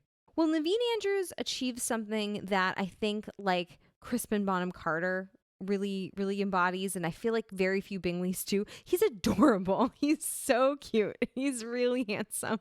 You understand why Jane likes him immediately, because he is attractive. Mm-hmm. Jaya, you mean? Yes, I'm so sorry, Jaya, in this. Their story makes perfect sense. It is very modern. They hook up like immediately, which is great. Yeah. Again, it's Bollywood, so he is all singing, all dancing. Mhm. I'm not sure it's him singing, but it is 100% him dancing. It might be him singing. I'm not positive about that. Yeah. But his dancing is impeccable. Yeah. And I would put him up on the wall as a really good example of someone who has been able to redeem themselves in the eyes of this show. Because up until now, we'd only seen him in one thing. And it was the 10 Commandments from, like, what was it, 2008 or something like that. Oh, I was just thinking about that. I mean, I love him from Lost and other things as well. But, like, it was great to see him be good in something for this show. Yeah. Do you want to talk about Darcy and Lalita? Yes. So Darcy is Will Darcy. He's very rich, like he's from like a rich hotel family from California. And in every version, right, the thing that Wickham did has to be appropriately shocking for the time that they're in. And I think this is our first Pride and Prejudice with an abortion, because what he ends up having to tell Lolita is that Wickham got his like 15-year-old sister pregnant, and we see her and she is not pregnant and does not have a baby. So and they're a very rich family. So we assume there was an abortion involved. She's also a Gilmore girl. She is also Rory Gilmore, which is absolutely fine. Woman's right to choose. Perfectly okay. But appropriately shocking in the context of this film, right? So that is the backstory of Darcy. He has come to India with his friend for this wedding, and he's also checking out this like hotel property in Goa that he might want to purchase, and that's where that's like quote unquote Netherfield, where they all go for the weekend and they spend like some time together. And that is where she meets that's where Lalita meets Wickham, which I think is, again, like the way that they have taken these characters and updated them for the context of this movie is so good. Because of course Wickham is a shitty backpacker hanging out on the beach in Goa smoking dope. Like, of course he is. But she falls for it. And because he's cute. Well, no, yes, he's very cute. He's handsome. He's very angular as a person. But the thing that Chada and Burgess add to this that I love so much is this whole idea of colonialism, which is nothing that we see in any other version, because it's not relevant in any other version. But in this one... Well, it is relevant just off screen. It's relevant for the time period. But it's not relevant to the story. That's fair, yeah. Like...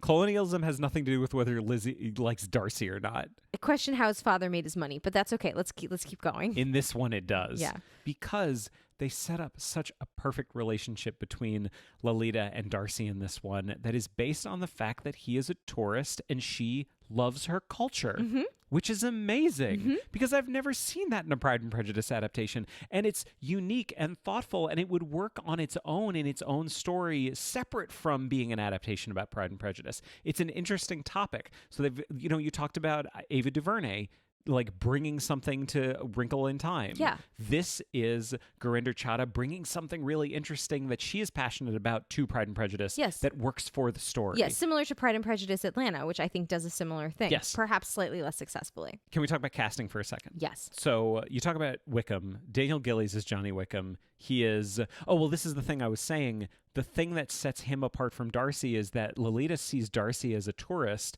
whereas Johnny loves the culture, and they do the dance. I can't remember exactly what the dance is called. The Garba. Yeah, the Garba.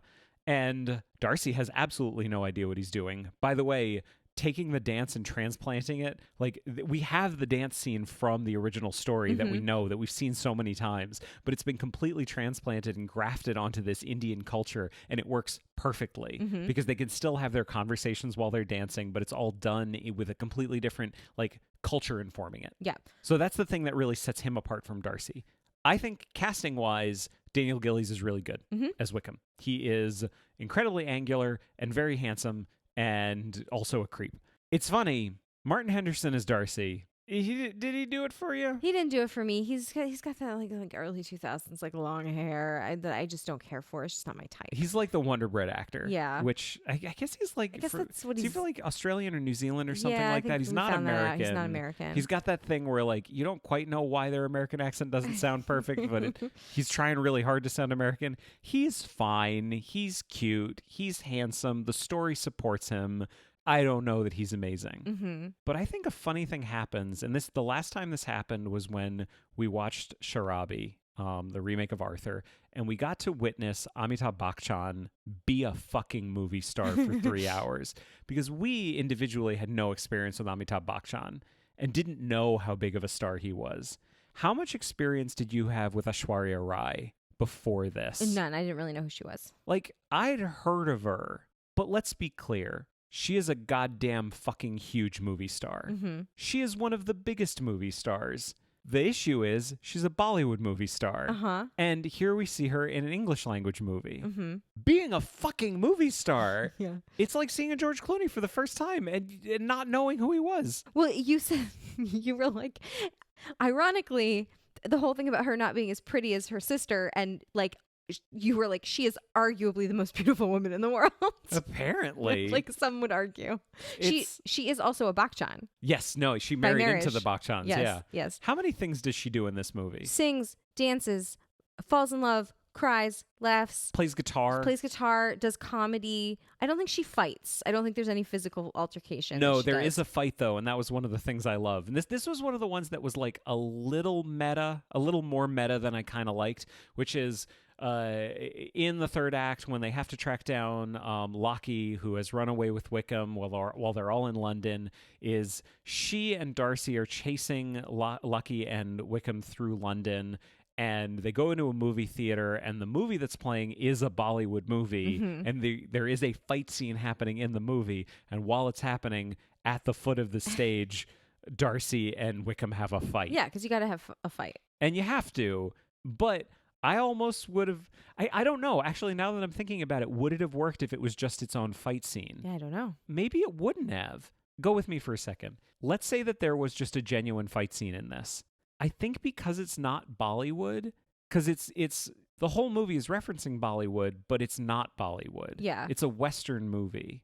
If it had a fight scene, I think the fight scene might have been taken a little too seriously. Yeah, because the director understood that she was directing a movie for a Western audience, despite it being so heavily influenced by Bollywood and Indian culture. Yeah, and there's something really fun about Bollywood fight scenes that I don't know is in a lot of Western movies. I think like Hong Kong figured this out, like Jackie Chan figured this out. But I think in Western movies we're a little too into our fight scenes being serious. And I think this makes a really smart choice of, now that I think about it, positioning it up against an actual Bollywood scene, because it makes you step back and not take it so seriously, which I think lets the movie continue on being the nice romantic comedy. Yeah. Well, this segues really nicely into something that I wanted to talk about, which is the really, really smart way that the director set this movie up to be accessible to a Western audience without talking down to the audience, and also without reducing, I assume, the quality of the story that she wanted to tell. So for example, in the very first scene, they're at a wedding. It's somebody else's wedding. It's a character that's not like related to anyone in Pride and Prejudice. It's just a way to get them all together in the same room. Bingley's snotty sister is there, who's very British. She's explaining to Darcy what's going on, because they're all doing like a wedding dance, and she's saying, oh, you know, the boys are calling to the girls and the girls are calling to the boys, and they're rushing around, and she's actually translating some of the things that they're singing to him. And I was like, oh, like this is actually helpful for me, an American, to understand what's going on. But like, I hope they don't just use this character as just like the way in for English speakers in this movie. And sure enough, they don't. It's appropriate in the context of the movie that she's explaining to her friend Darcy what's going on. And then later, you mentioned the Garba, the other dance.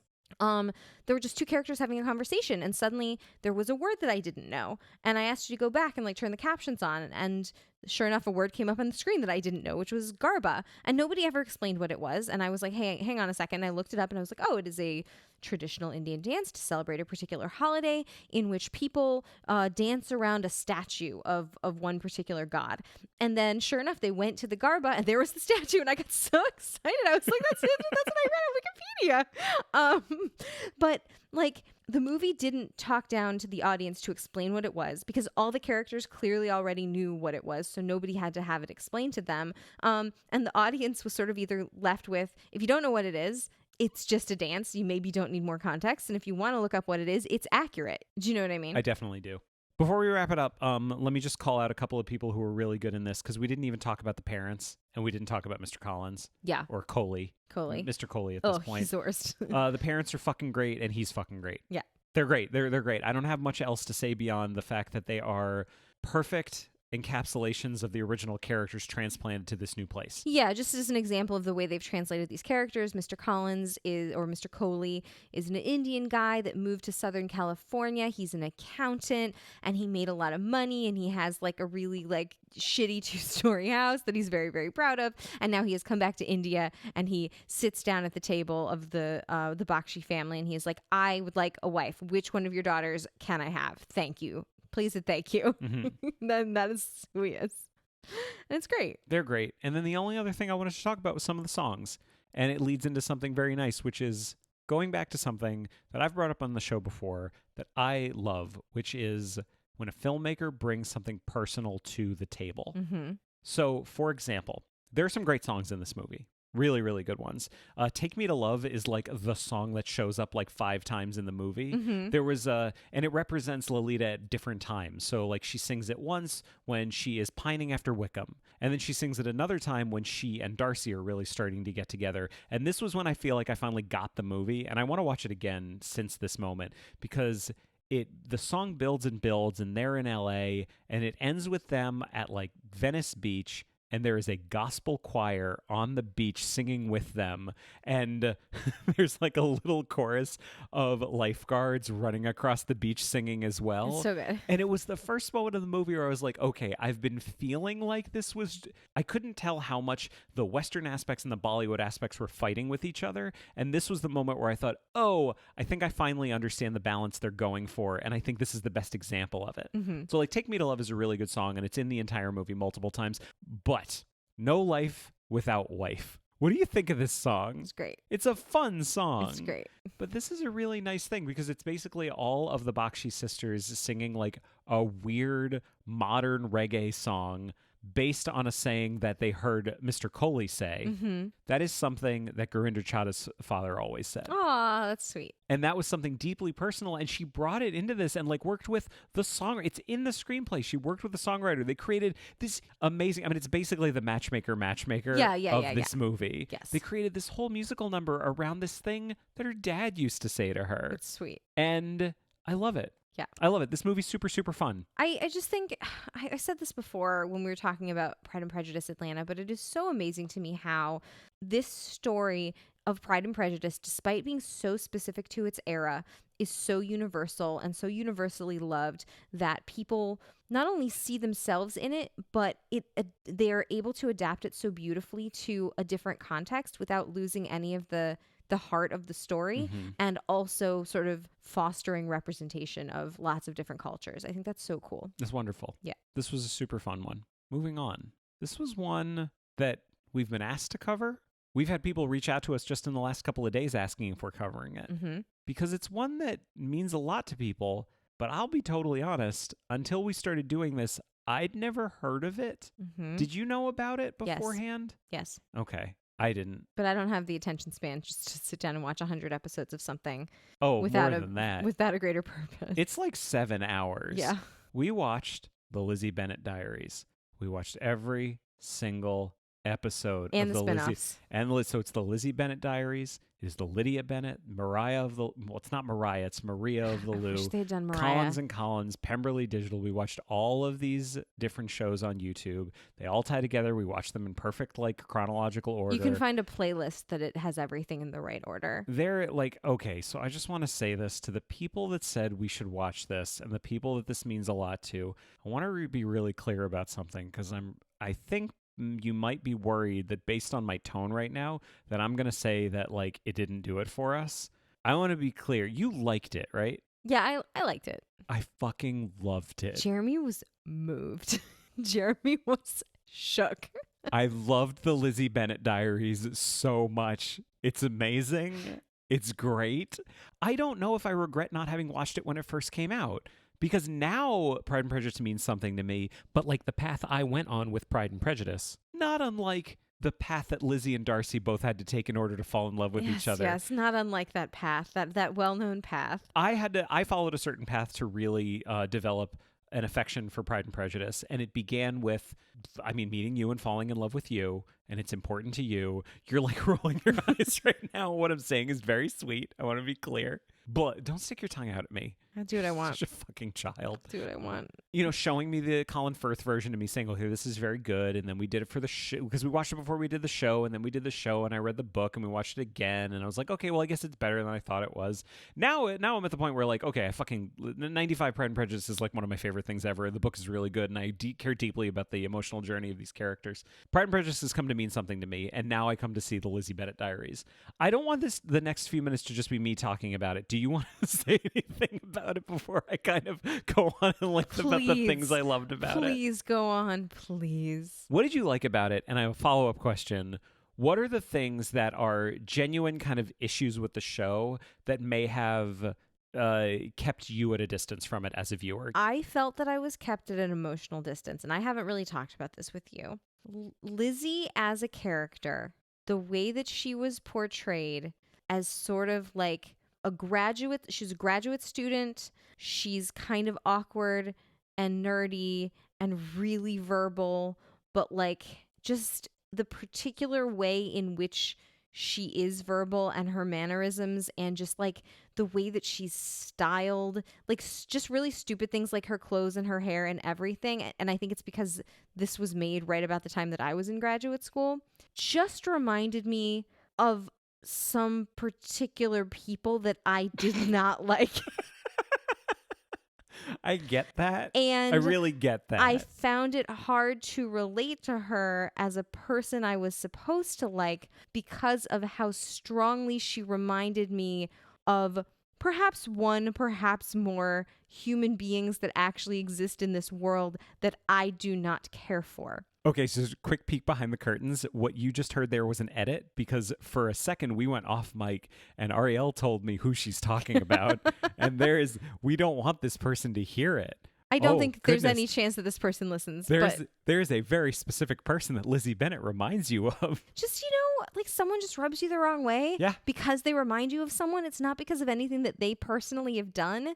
But like when you have to watch their face for 7 hours, like I just found it hard to emotionally connect. So what you're saying is you did not connect to this the same way I did in any way, but because of a reason that is super unfair and not really relevant to the text, which means that I get to talk about it for the next 15 minutes. Yes, it is not a point of scholarship upon which I disagreed with the Brothers Green on this one. More of a personal issue. Well, you bring up a good thing. Let me go back for a second and say who some of the creators are. So this was created by a guy named Bernie Sue and also someone named Hank Green.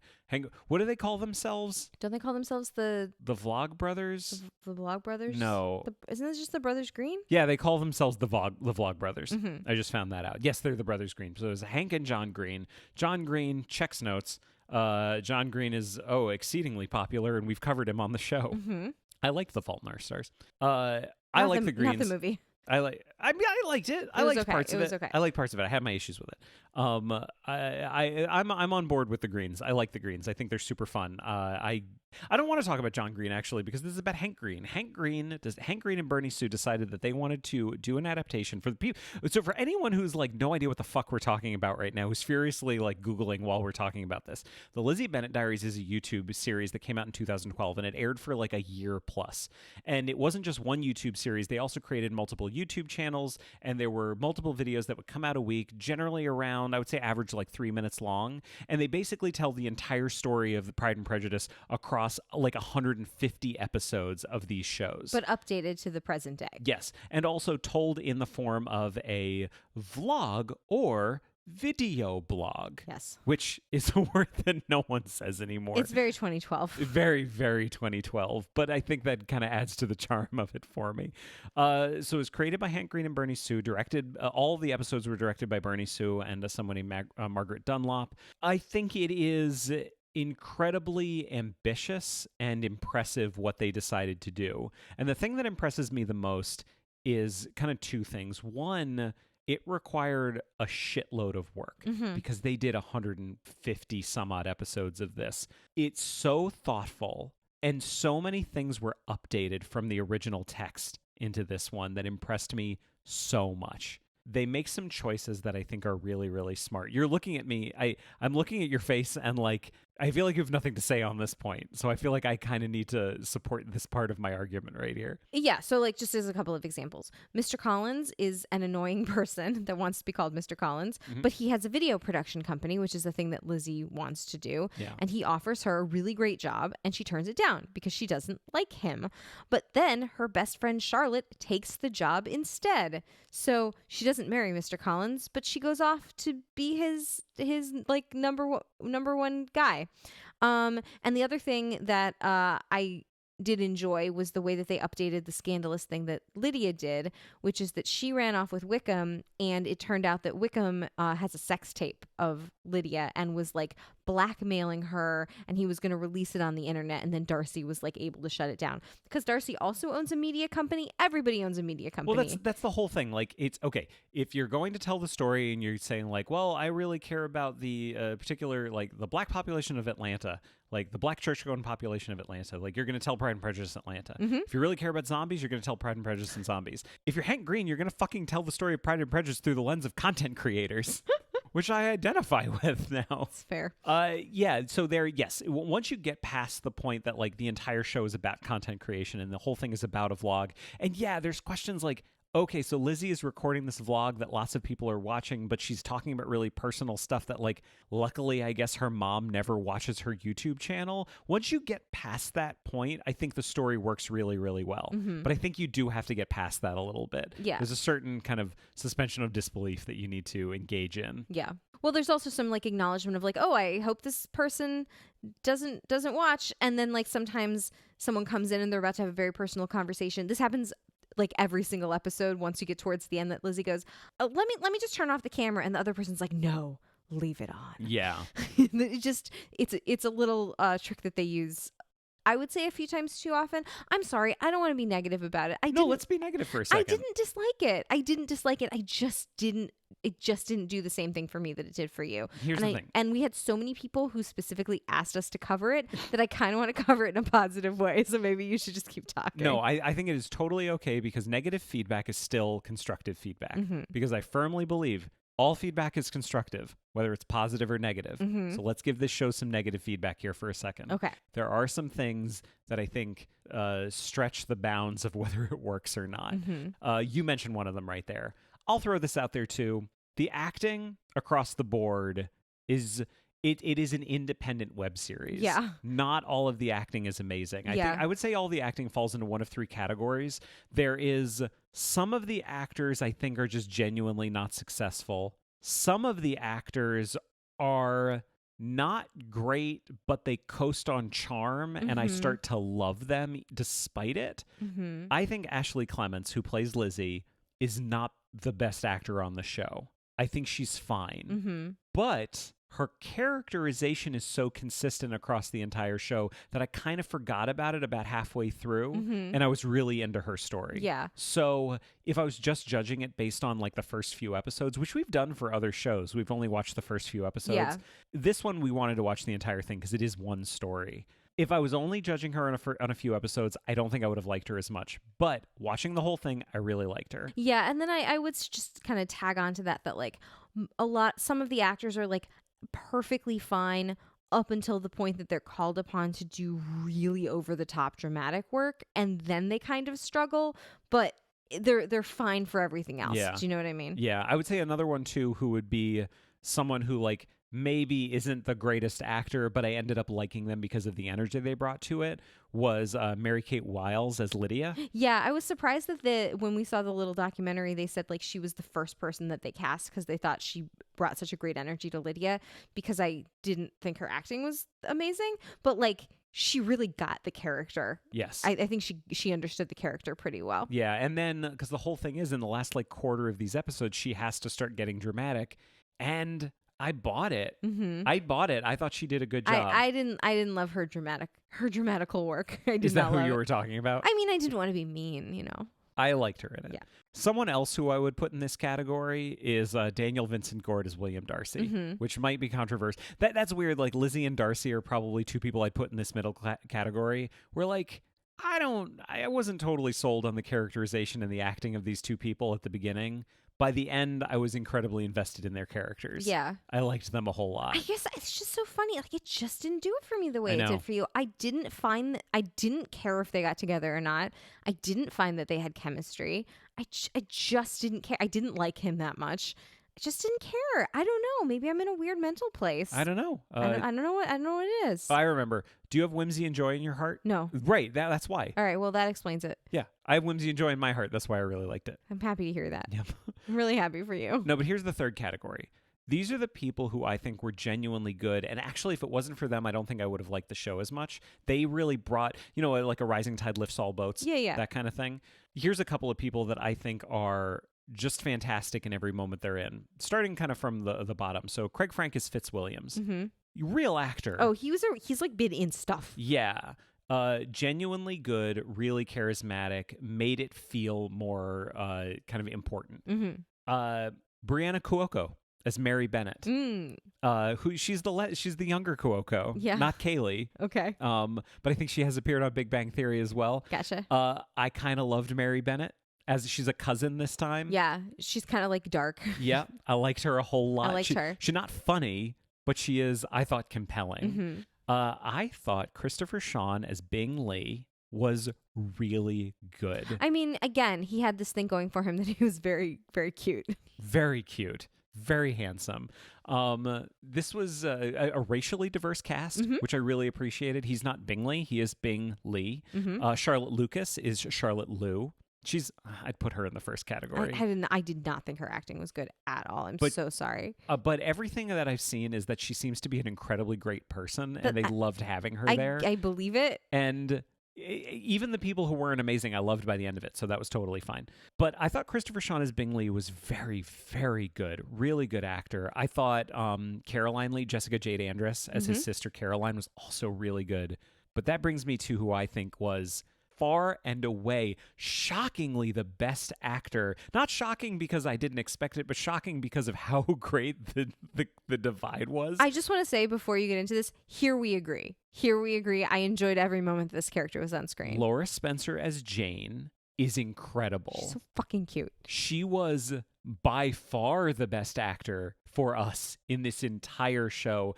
If it wasn't for her performance, I genuinely don't think I would have liked the show as much. Uh-huh. But it was that thing that kept me going every single time that like Ashley Clements as Lizzie was saying something that made me go, oh, they're losing me a little bit because she's losing me in this moment. I'm not really too connected with it. But then Jane would come in the room and she would start talking to her. And Jane was, if this was my first Pride and Prejudice, Laura Spencer would have defined a version of Jane that would have worked with every other version of Pride and Prejudice that I've seen. Mm-hmm. I would put her Jane on the same level as Susanna Harker of 95. That's strong words. Because it's such a perfect encapsulation of the character. And she's a real actress too, right? She's been Yeah. on like Big Bang Theory and stuff. Yeah, I think so. she was wonderful. Like, I don't really have that much else to say about it other than if you've never seen this before, yes, it's like 7 or 8 hours, and we did the whole thing in a few days. I think that's the wrong way to watch it. Yeah. It clearly was made to be watched over the course of like a year. So if you want to like take the time to watch it slowly, I think that's the better way. But I fucking loved it. And the thing that sold me, the time that we were sitting on the couch together and I was like reaching across the couch, like one stiff drink into like a couple hours of watching this, smacking you going, like, it's happening, it's happening, it's happening. And I was I'm like, so oh my happy, God. was when Jane and Bing finally get together. Yeah. That was the point that like sold me for the end of the show. And then from then on, it's just like, then it's Lizzie and Darcy getting together. And I was sold because of Jane and Bing. Mm-hmm. I just want to say, like, I feel like I was a little bit unfair to Charlotte Liu. I actually don't think it was 100% the actress's fault that I didn't love her in this role. I think she was given some of the clunkiest dialogue to do. Yeah. She was like moralizing, kind of. She was the advice giver. So she just had, I don't know, she just had some really clunky dialogue. I think they did a really smart thing with her, though, which was that her character wasn't just expressed when she was on screen, because one of the conceits of the show is that she's also helping Lizzie film it. Right. And she's her editor. So Charlotte shows up all the time, even when she's not on screen, because Lizzie will say something about the editing and then we get a funny edit. Yeah. That's like Charlotte kind of injecting herself into the video. Yeah. And I thought that was smart writing. That was smart. It was just maybe more towards the end where she has a lot of like really wise things to say about friendship that I didn't love. I'm sorry about that. That's okay. I'm sorry you have no whimsy and love in your heart. Whatever.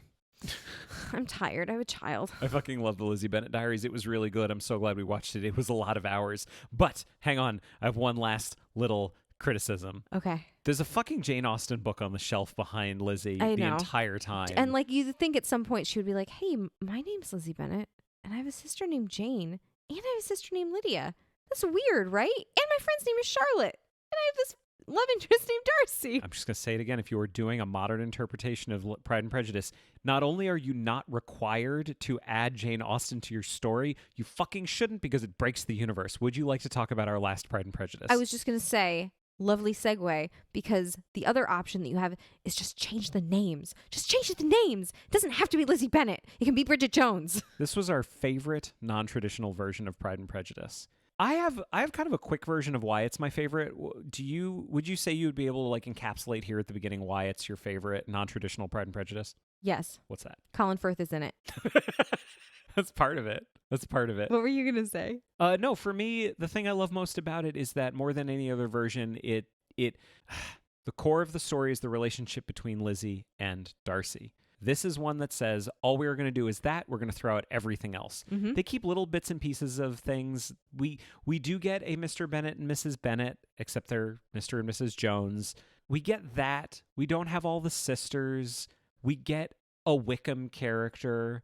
And the thing about it is, if you like Pride and Prejudice, watching Bridget Jones absolutely evokes Pride and Prejudice, but it's so willing to be its own thing, but still so clearly informed by Pride and Prejudice. Yeah, it's like you get the flavor of Pride and Prejudice, Mm-hmm. but you're not going like, oh, well, this dress looks like it was from 1815, not 1810. So clearly that's a reason I should dislike it. You're know just what doing an impression of yourself Yes. now. You're presenting it like you're doing an impression of someone else, some other pedantic asshole. The screenplay is also by Andrew Davies. There's a lot of stuff that's really good about it. Let's talk about who made this movie. Okay. So it was directed by Sharon Maguire, who is also a close personal friend of Helen Fielding, who wrote the fucking book. A lot of women directors in this. I think it's great. Women directors, women writers, women creators. I didn't read off the list of people who wrote the Lizzie Bennet Diaries, but it is like mostly women, Mm-hmm. which is great and appropriate, and I'm here for it. Directed by Sharon Maguire. This one was written by 3 people. It was written by Helen Fielding. Why is it important that Helen Fielding wrote the screenplay for this movie? Sure, the book. That's an important fucking thing. It was also co-written, I would say primarily written by Richard Curtis. Mm-hmm. Richard Curtis, He wrote Love Actually. he wrote it. I have a list of things that he wrote. Love Actually is not very good, but no he did write it. Love Actually, that's shots fucking fired. I'm not even willing to say that Love Actually is not that good. Good. Watch it again. It's not very good. I think Love Actually... No, hang on. I'm going to argue with you for a second. I think Love Actually is great if you're defining it by the screenplay. Okay. It's a little... Let's bring it back to Walking Dead for a second. Andrew Garfield standing at the door with Keira Knightley. Holy shit, there's so many connections all the time to everything. Ugh. crazy. This is happening to us more and more. Okay. So, I mean, it's going to happen more and more with every episode. It's basically exponential at this point. Okay. Love Actually is something that Richard Curtis wrote. He also wrote Notting Hill. He wrote About Time. He wrote Yesterday, which just came out recently. He wrote War Horse. He wrote Four Weddings and a Funeral. That's a good movie. He co-created Blackadder and Mr. Bean and The Vicar of Dibley. Those are very good. I don't know if he co-created The Vicar of Dibley. I know he wrote for it. He also wrote, more important than anything, I needed to bring up Matt Smith again. He wrote Vincent and the Doctor, which might be one of the top 5 best episodes of Doctor Who ever fucking made. Oh, you made me watch that one. I sure as shit did. I remember it. It is so fucking good. Makes me cry every time. Makes me cry every time I think about it. I'm going to think about the end right now.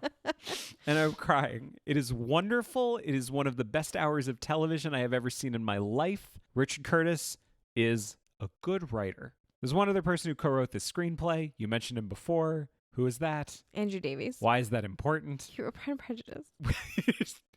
Jane Austen wrote Pride and Prejudice. What did Andrew Davies write? He wrote the good one, the good Pride and Prejudice. There are other good ones. Which one did he write? It's 1995. He wrote, Jennifer Ely, you could Pride say and the Prejudice. best one. The best one. In our estimation, it is the best one. This is so many fucking smart decisions are happening in this movie. Like, and then beyond all of that, what is like the best decision that they made in this entire movie? Okay. I don't know if you've seen, you the listener, have seen Bridget Jones's Diary anytime recently. I certainly had not. And I also don't know if you have seen it recently, also in conjunction with having fairly recently seen the 1995 miniseries Pride and Prejudice. It is batshit that Colin Firth is in this movie. It is batshit that he's playing Darcy because he just plays Darcy, just in a different sweater. He's so good. We don't deserve it. We don't deserve Colin Firth. This is one of those things, like we talked about. We don't deserve dogs. I talked about we don't deserve Colin Firth. I talked about Pride and Prejudice being like really meta in how, we have the fight scene in front of the Bollywood fight scene, and Pride and Prejudice and Zombies is really meta as well. Like, okay, meta is one of these things that people throw around a lot, and I feel like meta as a tool, being meta, is not enough on its own to make something good. You can make something that is incredibly meta and still be unsuccessful because meta alone is not enough. But there are some things that really prove why meta can fucking work. And this is one of them. Because Colin Firth, it works on so many levels. It works if you love the 1995 Pride and Prejudice, which Helen Fielding did. Like, she then, in one of the Bridget Jones sequel books, like, isn't Colin Firth an actual character? Like, Bridget Jones actually interviews Colin Firth. I don't know why you're asking me that. I don't know. Well, I'm telling you this, I guess, then, Gotcha. which is something I understand to be the case. I don't know how I think in the movie, it was another actor. Someone's going to tweet at us or something like that and say, what are you talking about? Of course, it was X actor. Just on that alone, it's fun. But he also happens to, I would argue with you, I don't think he just plays Darcy. I don't think it's him playing the same role, because this is Colin Firth with a fucking twinkle in his eye. This is Colin Firth exactly knowing what the joke is.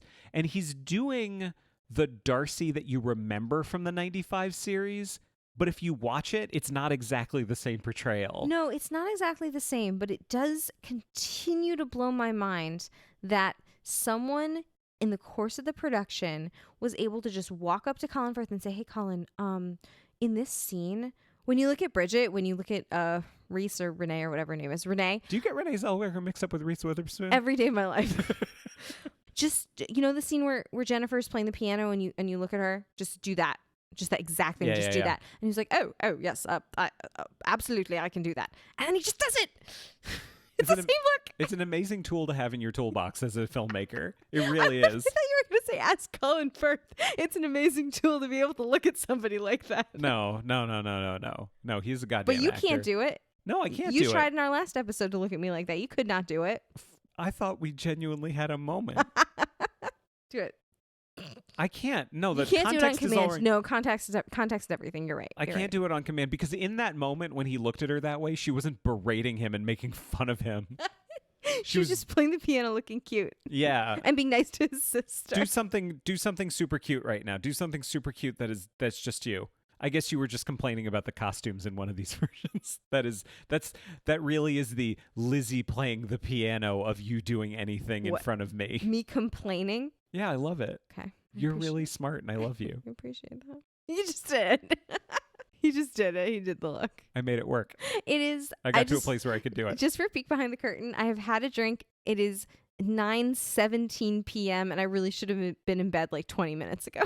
That's my life. Life is really hard. Okay, let's talk about some other things that really are super fun about this. Crispin Bonham Carter is fucking in this movie. Yes. Doesn't have any lines. No. But no, he does, but just like not important lines. Like in the background. Yeah. He has fewer lines than Salman Rushdie does, who's also in this movie. He's married to Padma Lakshmi. Well, he was. Not anymore. Was he? They're divorced. This has not come up in all of our Top Chef rewatch? Yeah, we are still deep in a Top Chef rewatch, just so everybody knows. You didn't know that Padma Lakshmi was married to Salman Rushdie? No. I don't know anything about Padma Lakshmi. I thought we talked about it. It does not matter for the context of this podcast. It matters greatly off air. 99% of what I know about Padma Lakshmi is the food she likes because she talks about it all the fucking time on Top Chef, the show that she hosts. Okay. Gemma Jones plays Pamela Jones, who is Bridget Jones's mom in this movie. Mm-hmm. Jim Broadbent plays Colin Jones. Mm-hmm. Here are our Mr. and Mrs. Bennett. They're very good. The thing that happens in this movie that is so fucking smart to me from a writing standpoint, if you are updating this story, she leaves him because they don't have a good marriage. They don't get along.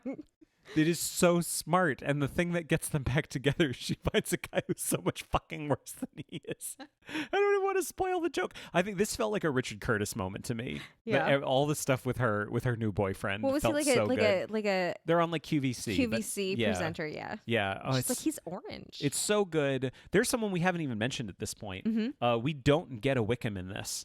Because he's not named Wickham. Right, but we do get a Wickham-type character. We get a Daniel Cleaver, who is played by Hugh Grant. Yes. I am going to go out on a limb, and I'm going to say something that I feel. Okay. Because I have not seen Hugh Grant play a villain that many times. Both times that I can think of that I have seen him do it, he is a goddamn fucking delight. And I kind of only want to see him play villains because I have seen him play villains in Bridget Jones's Diary and Paddington 2. And both times he was amazing. He's so good. Was he a villain in The Englishman who went up a hill and walked down a mountain? Wasn't the whole thing about how he was he might have been like, I didn't see it. He destroyed the mountain and destroyed the town or something like that? No, they liked him. They wanted it to be they thought it was a mountain, but it was a hill. But yeah, then they villain. made it into a mountain. I don't know. Is he the villain or just kind of the antagonist? No, I mean, this is a joke that's not going very well. But anyway, in this movie, he is... Is this a perfect performance? He's pretty slimy. Like, he's so handsome in exactly the right way. I just really appreciate when you have guys who are handsome leading men who are absolutely willing to play the bad guy. Mm-hmm. Like, because it doesn't happen very much. Like, when was the last time that Tom Cruise played a bad guy? I don't know. I don't see that many Tom Cruise movies. I don't think it's ever really happened. Someone will point me to something. Magnolia. But like... Is he the bad guy or is he just kind of a shit? There isn't really a bad guy. Maybe that's a bad example. That's what I'm saying. Like, I think even he would look at that and go like, no, that's a compelling character. I guess like he's in Tropic Thunder, but under all the makeup and Will Smith. I almost never see Will Smith play the bad guy. Even in Suicide Squad, where he constantly reminds everyone in the audience that they're the bad guys, he's still the good guy. Cool. I don't know why we're talking about this. But I'm proving a point. I'm building up a case for why Hugh Grant is amazing in Bridget Jones's Diary. I mean, he's very good. Like, Colin Firth showed up. Like, I don't think we should be giving Colin Firth too much credit for being Colin Firth. He was born Colin Firth. You don't know that. He might have worked very hard. It might have been like the King's Speech. He had to work up to it. I don't think it's hard for Colin Firth to be Colin Firth. Okay. I'm not saying he doesn't work. I'm not saying it doesn't take some skill. Rude. But, I don't know. It doesn't impress me as much. I think the casting director deserves a lot of credit for this. I think the producers deserve a lot of credit for getting him. But I think he just shows up and is just like, no, I'm Colin Firth. I'm great. I bet Colin Firth is the kind of guy that when he's done, he just switches off. And he's just like, you know what? Now I'm just going to live my life. This is totally fine. I'm not going to take all that baggage with me. I have no idea about any of this. Can I point to a couple of things just very quickly that I did find a little problematic? Oh, sure. Well, speaking of the relationship between Bridget and Daniel, I found that neither the technology, which was like the email sort of instant message type technology of 2001, nor sort of jolly sexual harassment of flirting with your boss over email. I found that neither of those things held up like 19, 20 years later. No, you're right. Yeah, I found that. And then the other thing, we haven't really talked about Renee Zellweger as an actress in this movie at all. Like, this was the movie where she like famously had to gain 30 pounds to look like a normal person. Yes. Which is upsetting as someone sitting here like 25 pounds up from what I was prior to having a baby and like not being super happy with that. Everyone's body is beautiful, just not mine. Like, and there's one scene where she's I don't like, know what to say at this point. Like, can I just make clear to the audience that I think you are beautiful? I think you look amazing. I appreciate that. There's one scene where she's putting on Spanx because she wants to look, slender, but her Spanx are like loose. Like, she's still skinny. Like, her Spanx are loose. That's not how Spanx works. It has to be tight, holds you in. Anyway. But she's famously very good in this movie. She's famously very good. I don't know. The body image stuff was very like early 2000s. It didn't work for me. Yeah. I'm paraphrasing someone else at this point, but it's like, may we all be cursed with making content that is so popular that it lives on to a point where people can judge it by the standards of the future. Fair enough.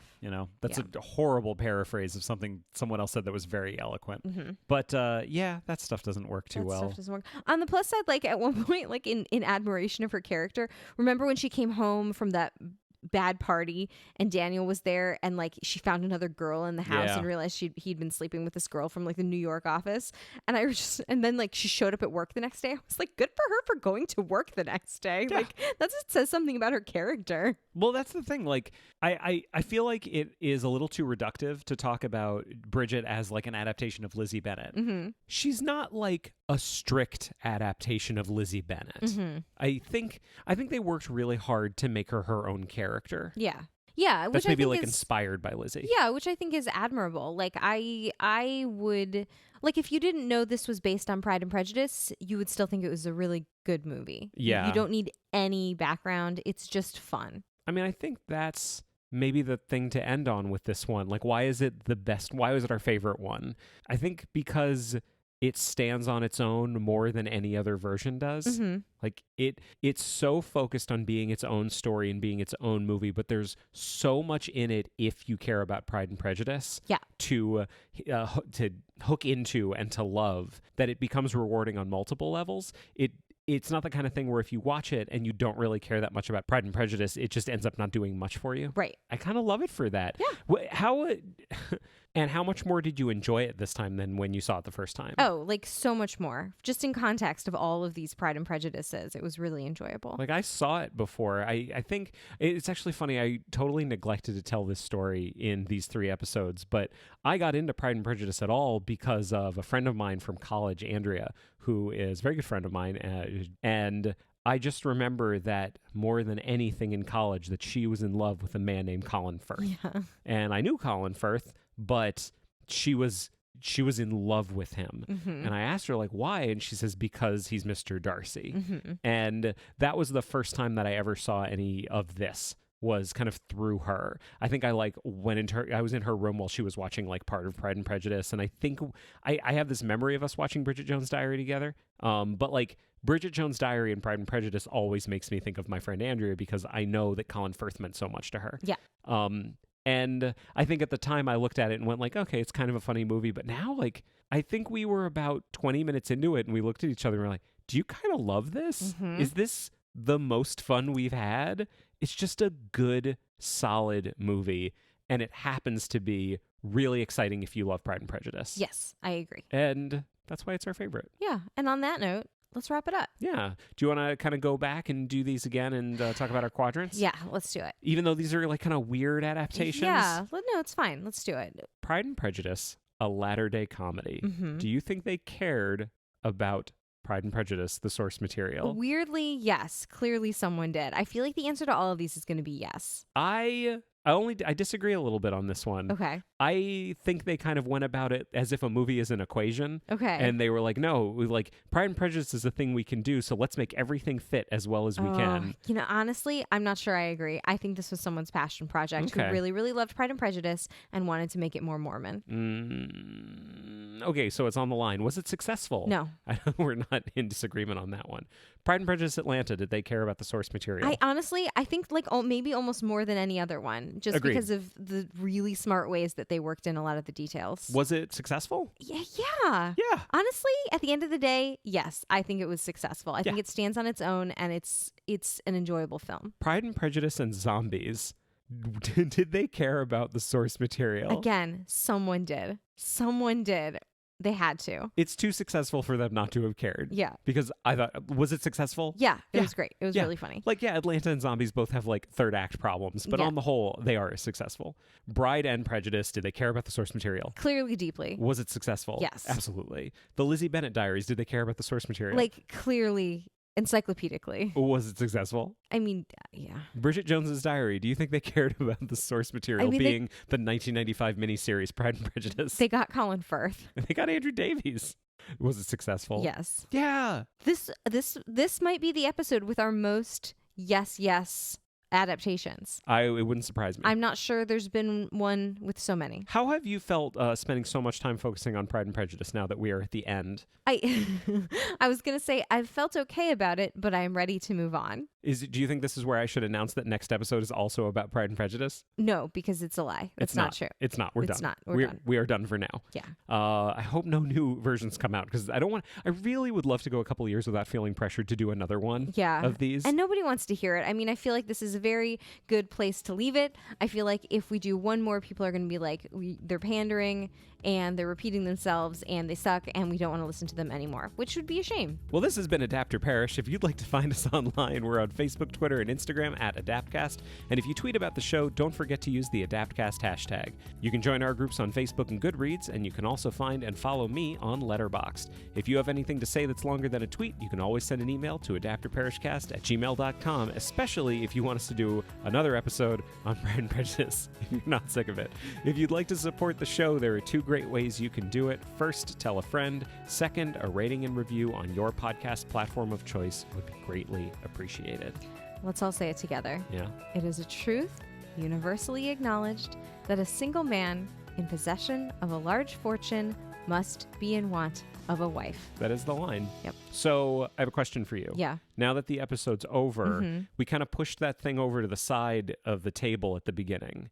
I think we have to bring it back over and relight the fire in our bellies now that we've taken a couple hours to kind of focus on Pride and Prejudice. That's fine. I think social change? Yes. Do you want to go back to focusing on social change? Sure. Okay, everyone out there, please stay at it. Please stay safe. Please stay active. And we support and love you all. Black Lives Matter.